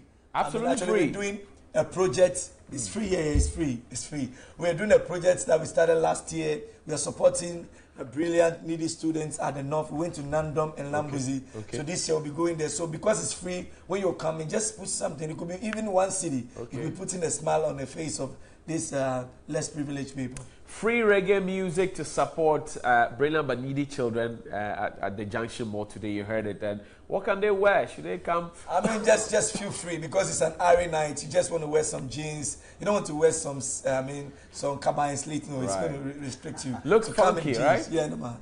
Look funky with my shoe like that, you know. Charlie, you know, man, we like your shoe, man. Yeah, back in school, we had what we call the Brodo shoe. But that's Nat Abe and the Toda Choir, the Toda Ministries. They're inviting you out to the Junction Mall at Nungwa. It's at 3 p.m. Today is a free reggae night, and you've got to be there to be part of it. But reggae musicians have been speaking about peace, and you can talk about Bob Marley, talk about Peter Tosh, talk about our own Marcus, General Marcus, talk about Shasha Mali, and all of them. I've been joined by the Commonwealth Youth Peace Ambassadors Network. Two gentlemen, Joseph Edem Crew is the country coordinator, Obroni Koko, and Felix Lanyo is the program officer. Guys, welcome. How's Saipan doing? Very well. Very well. The challenges are deep, but they are what deep, can we do? We have to pay our dues. Today is International World Peace Day. Yes. I mean, for you, working from Ghana, what exactly is it for you? Okay.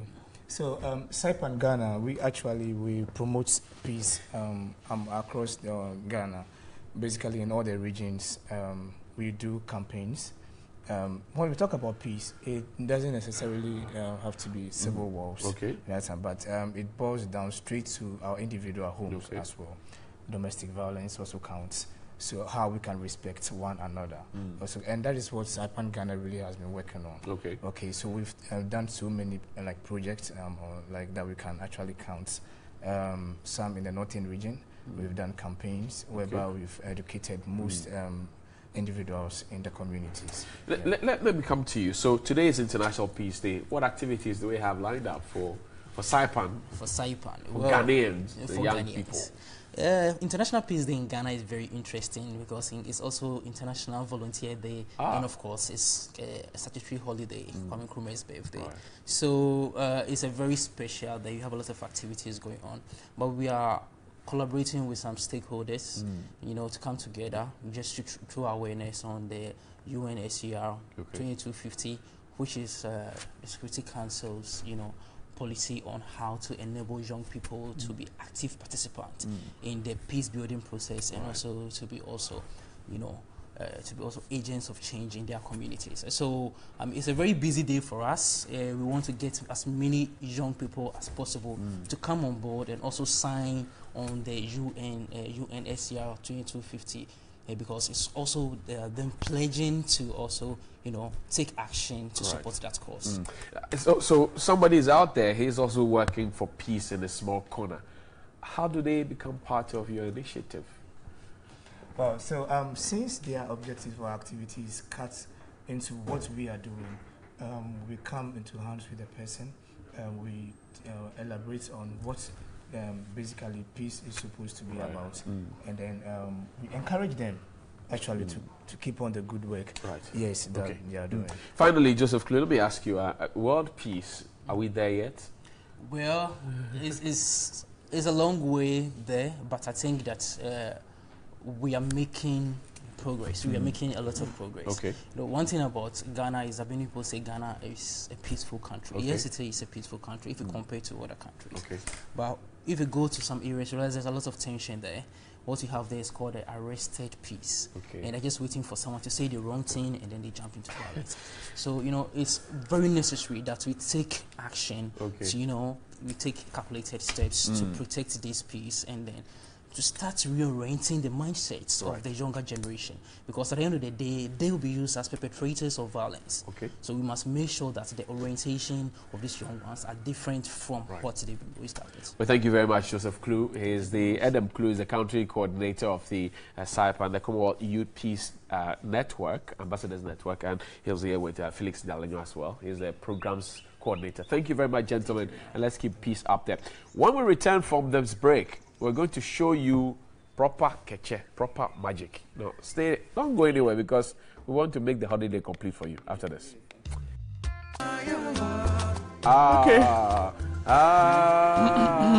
So I'm sure for all the lovers out there, the holiday makers, I'm sure you're getting ready. Well, we'll be wrapping up at night so that we can also go and look at one or two things. Yeah. In the meantime, let's say a good morning, a special one to you, Nana Sari at Connect FM. It's your birthday today. You share with Dr. Kwame Nkrumah. Happy birthday, and thank you to Grandpa for making me look spectacular this morning. When you say magic, what comes to mind? What are we talking about? Something is getting missing, for example. But R&A are here to answer that question. Good morning, guys. Good morning. What is magic for you? Magic is a feeling. A feeling? Yeah, magic is a feeling. You see, when you talk of magic, people have wrong perception of magic. But magic is a feeling, and if a lot of products lately are using magic as their product slogan or product name because of the feeling they believe if you take their product you're going to get. But on a real, magic as an art like what we do, it's very simple. It's just a demonstration of the impossible, using possible means, what you see possible. Is magic different from juju? Very, very different. Very different. Very, very different.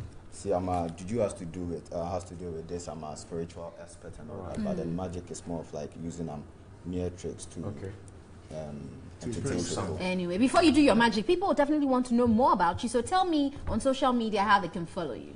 Well, I'm on social media, Instagram is RNA_official. Okay. Yeah, and Facebook is also RNA_official. Right. So. Sure, see some magic. Because we don't have money in our pocket. We wish that you could. Right says he has eaten his wache. Can you refill it for him? Fill the pack. Is it possible to use? Are you sure you want to? Yeah. But can I try something with your spectacles? Okay. All right. Charlie, he can't see again. Oh. He's a blind man, but serious. This is a normal spectacles, right? Yeah, it is. Spectacles. Can you come up closer? Can you come close? To the spectacles? Yeah, sure, yeah. But can you see? Shall I hold your hand? Yes. Just look, watch. Hey! Without touching it, just nothing happens. What did you just do? It's energy. Please do it again. You can do it again. Please do it again. Yeah, we'll do it after the show for you. You can try a different trick. Okay, try it. Okay. If you try a different trick now, we're not going to end. Please take off Ahmed's shirt. Okay, let's try another one. I'm even scared now. Please take off Ahmed's shirt. Please, no. I was doing this trick the other time where I have this rope and I like to do, what do we call it? Solitary salute. Yeah, solitary salute. Will I disappear? No. I'll need one of you here and then one. If you disappear, we'll find you something. Just yeah, good.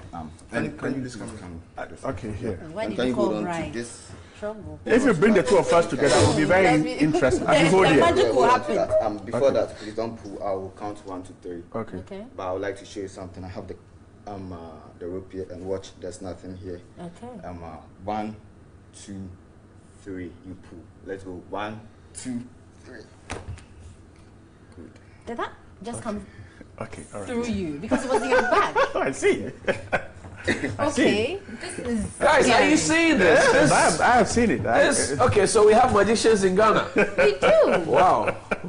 I see. What would you do with the cards? Oh, you like to see something? Yes, we want to see something with the cards. Are you sure about that? Yes. Now, you guys are draining us of magic. All right, now, this is what we're going to do. Why don't you pick any card at all at random? Any card. Any card at all. Women like to be in the middle. Show it to the camera and everyone. Okay, so show it to the camera. Show it to the camera. Okay. There you have it. See it. I hope you saw it. Aisha didn't see it. No, you didn't see it. You were facing. If you saw it, you're a witchcraft. Okay then. It's a witchcraft. I would like you to. How do you want to get your trick done? How do you want us to produce the card? Just pick it up for me. I should pick it up for you? Yes. Wow, are you serious? I am. Can you snap your hand for me? Boom. That's your card, right? That is. That's your card. Yes. We don't only end there. Let me just put it somewhere in the middle. Can you push it inside for me like that? Done. Can you snap your hand again? Boom. Right back on top. It's a lie. It's a lie. It's a lie. Oh, come on. And this is not the same as Juju because I mean this is scary. How did you do that? How did I do it? But why do you want to know how you did it? Because I'm a scientist. But tell people how you treat people in a consulting room. When we were kids, we were told that magicians work with drafts. Where are your drafts? Anyway, let's try. Can we try something else? Okay, quickly. One last one. We'll wrap it Someone home watching might say he has a duplicate of the card in there. So this is what we're going to do. Can you hold this? Okay. Just take it. Yeah. You take any card at random. Okay. Take any card at random. Yeah. Are you sure that's what you want? Yes. Yeah. Not. I should show it to the camera. No, just. I've seen this trick before. Just just write your name on there. I should write my name. Yeah. No. On the face of the card. On the other side. Amma. Okay. Just to prove that you're not producing duplicate. Yeah. Okay. That's it. Okay. So this is what we're going to do. So that's the card, right? Yes.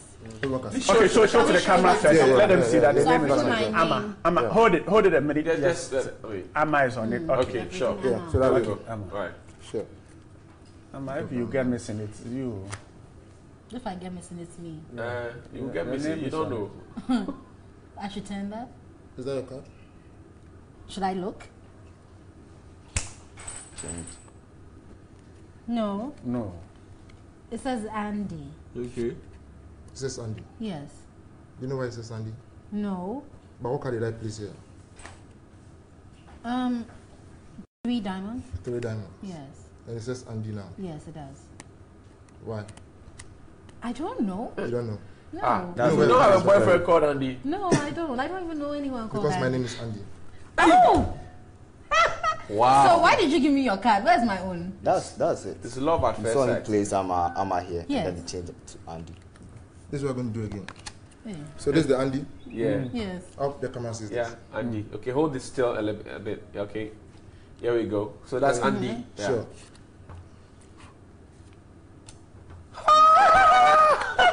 I see. Show it to me, man. That's Amma. That's the card I wrote my name Can we on. do this, director? Can we do this in place of Afro Tales?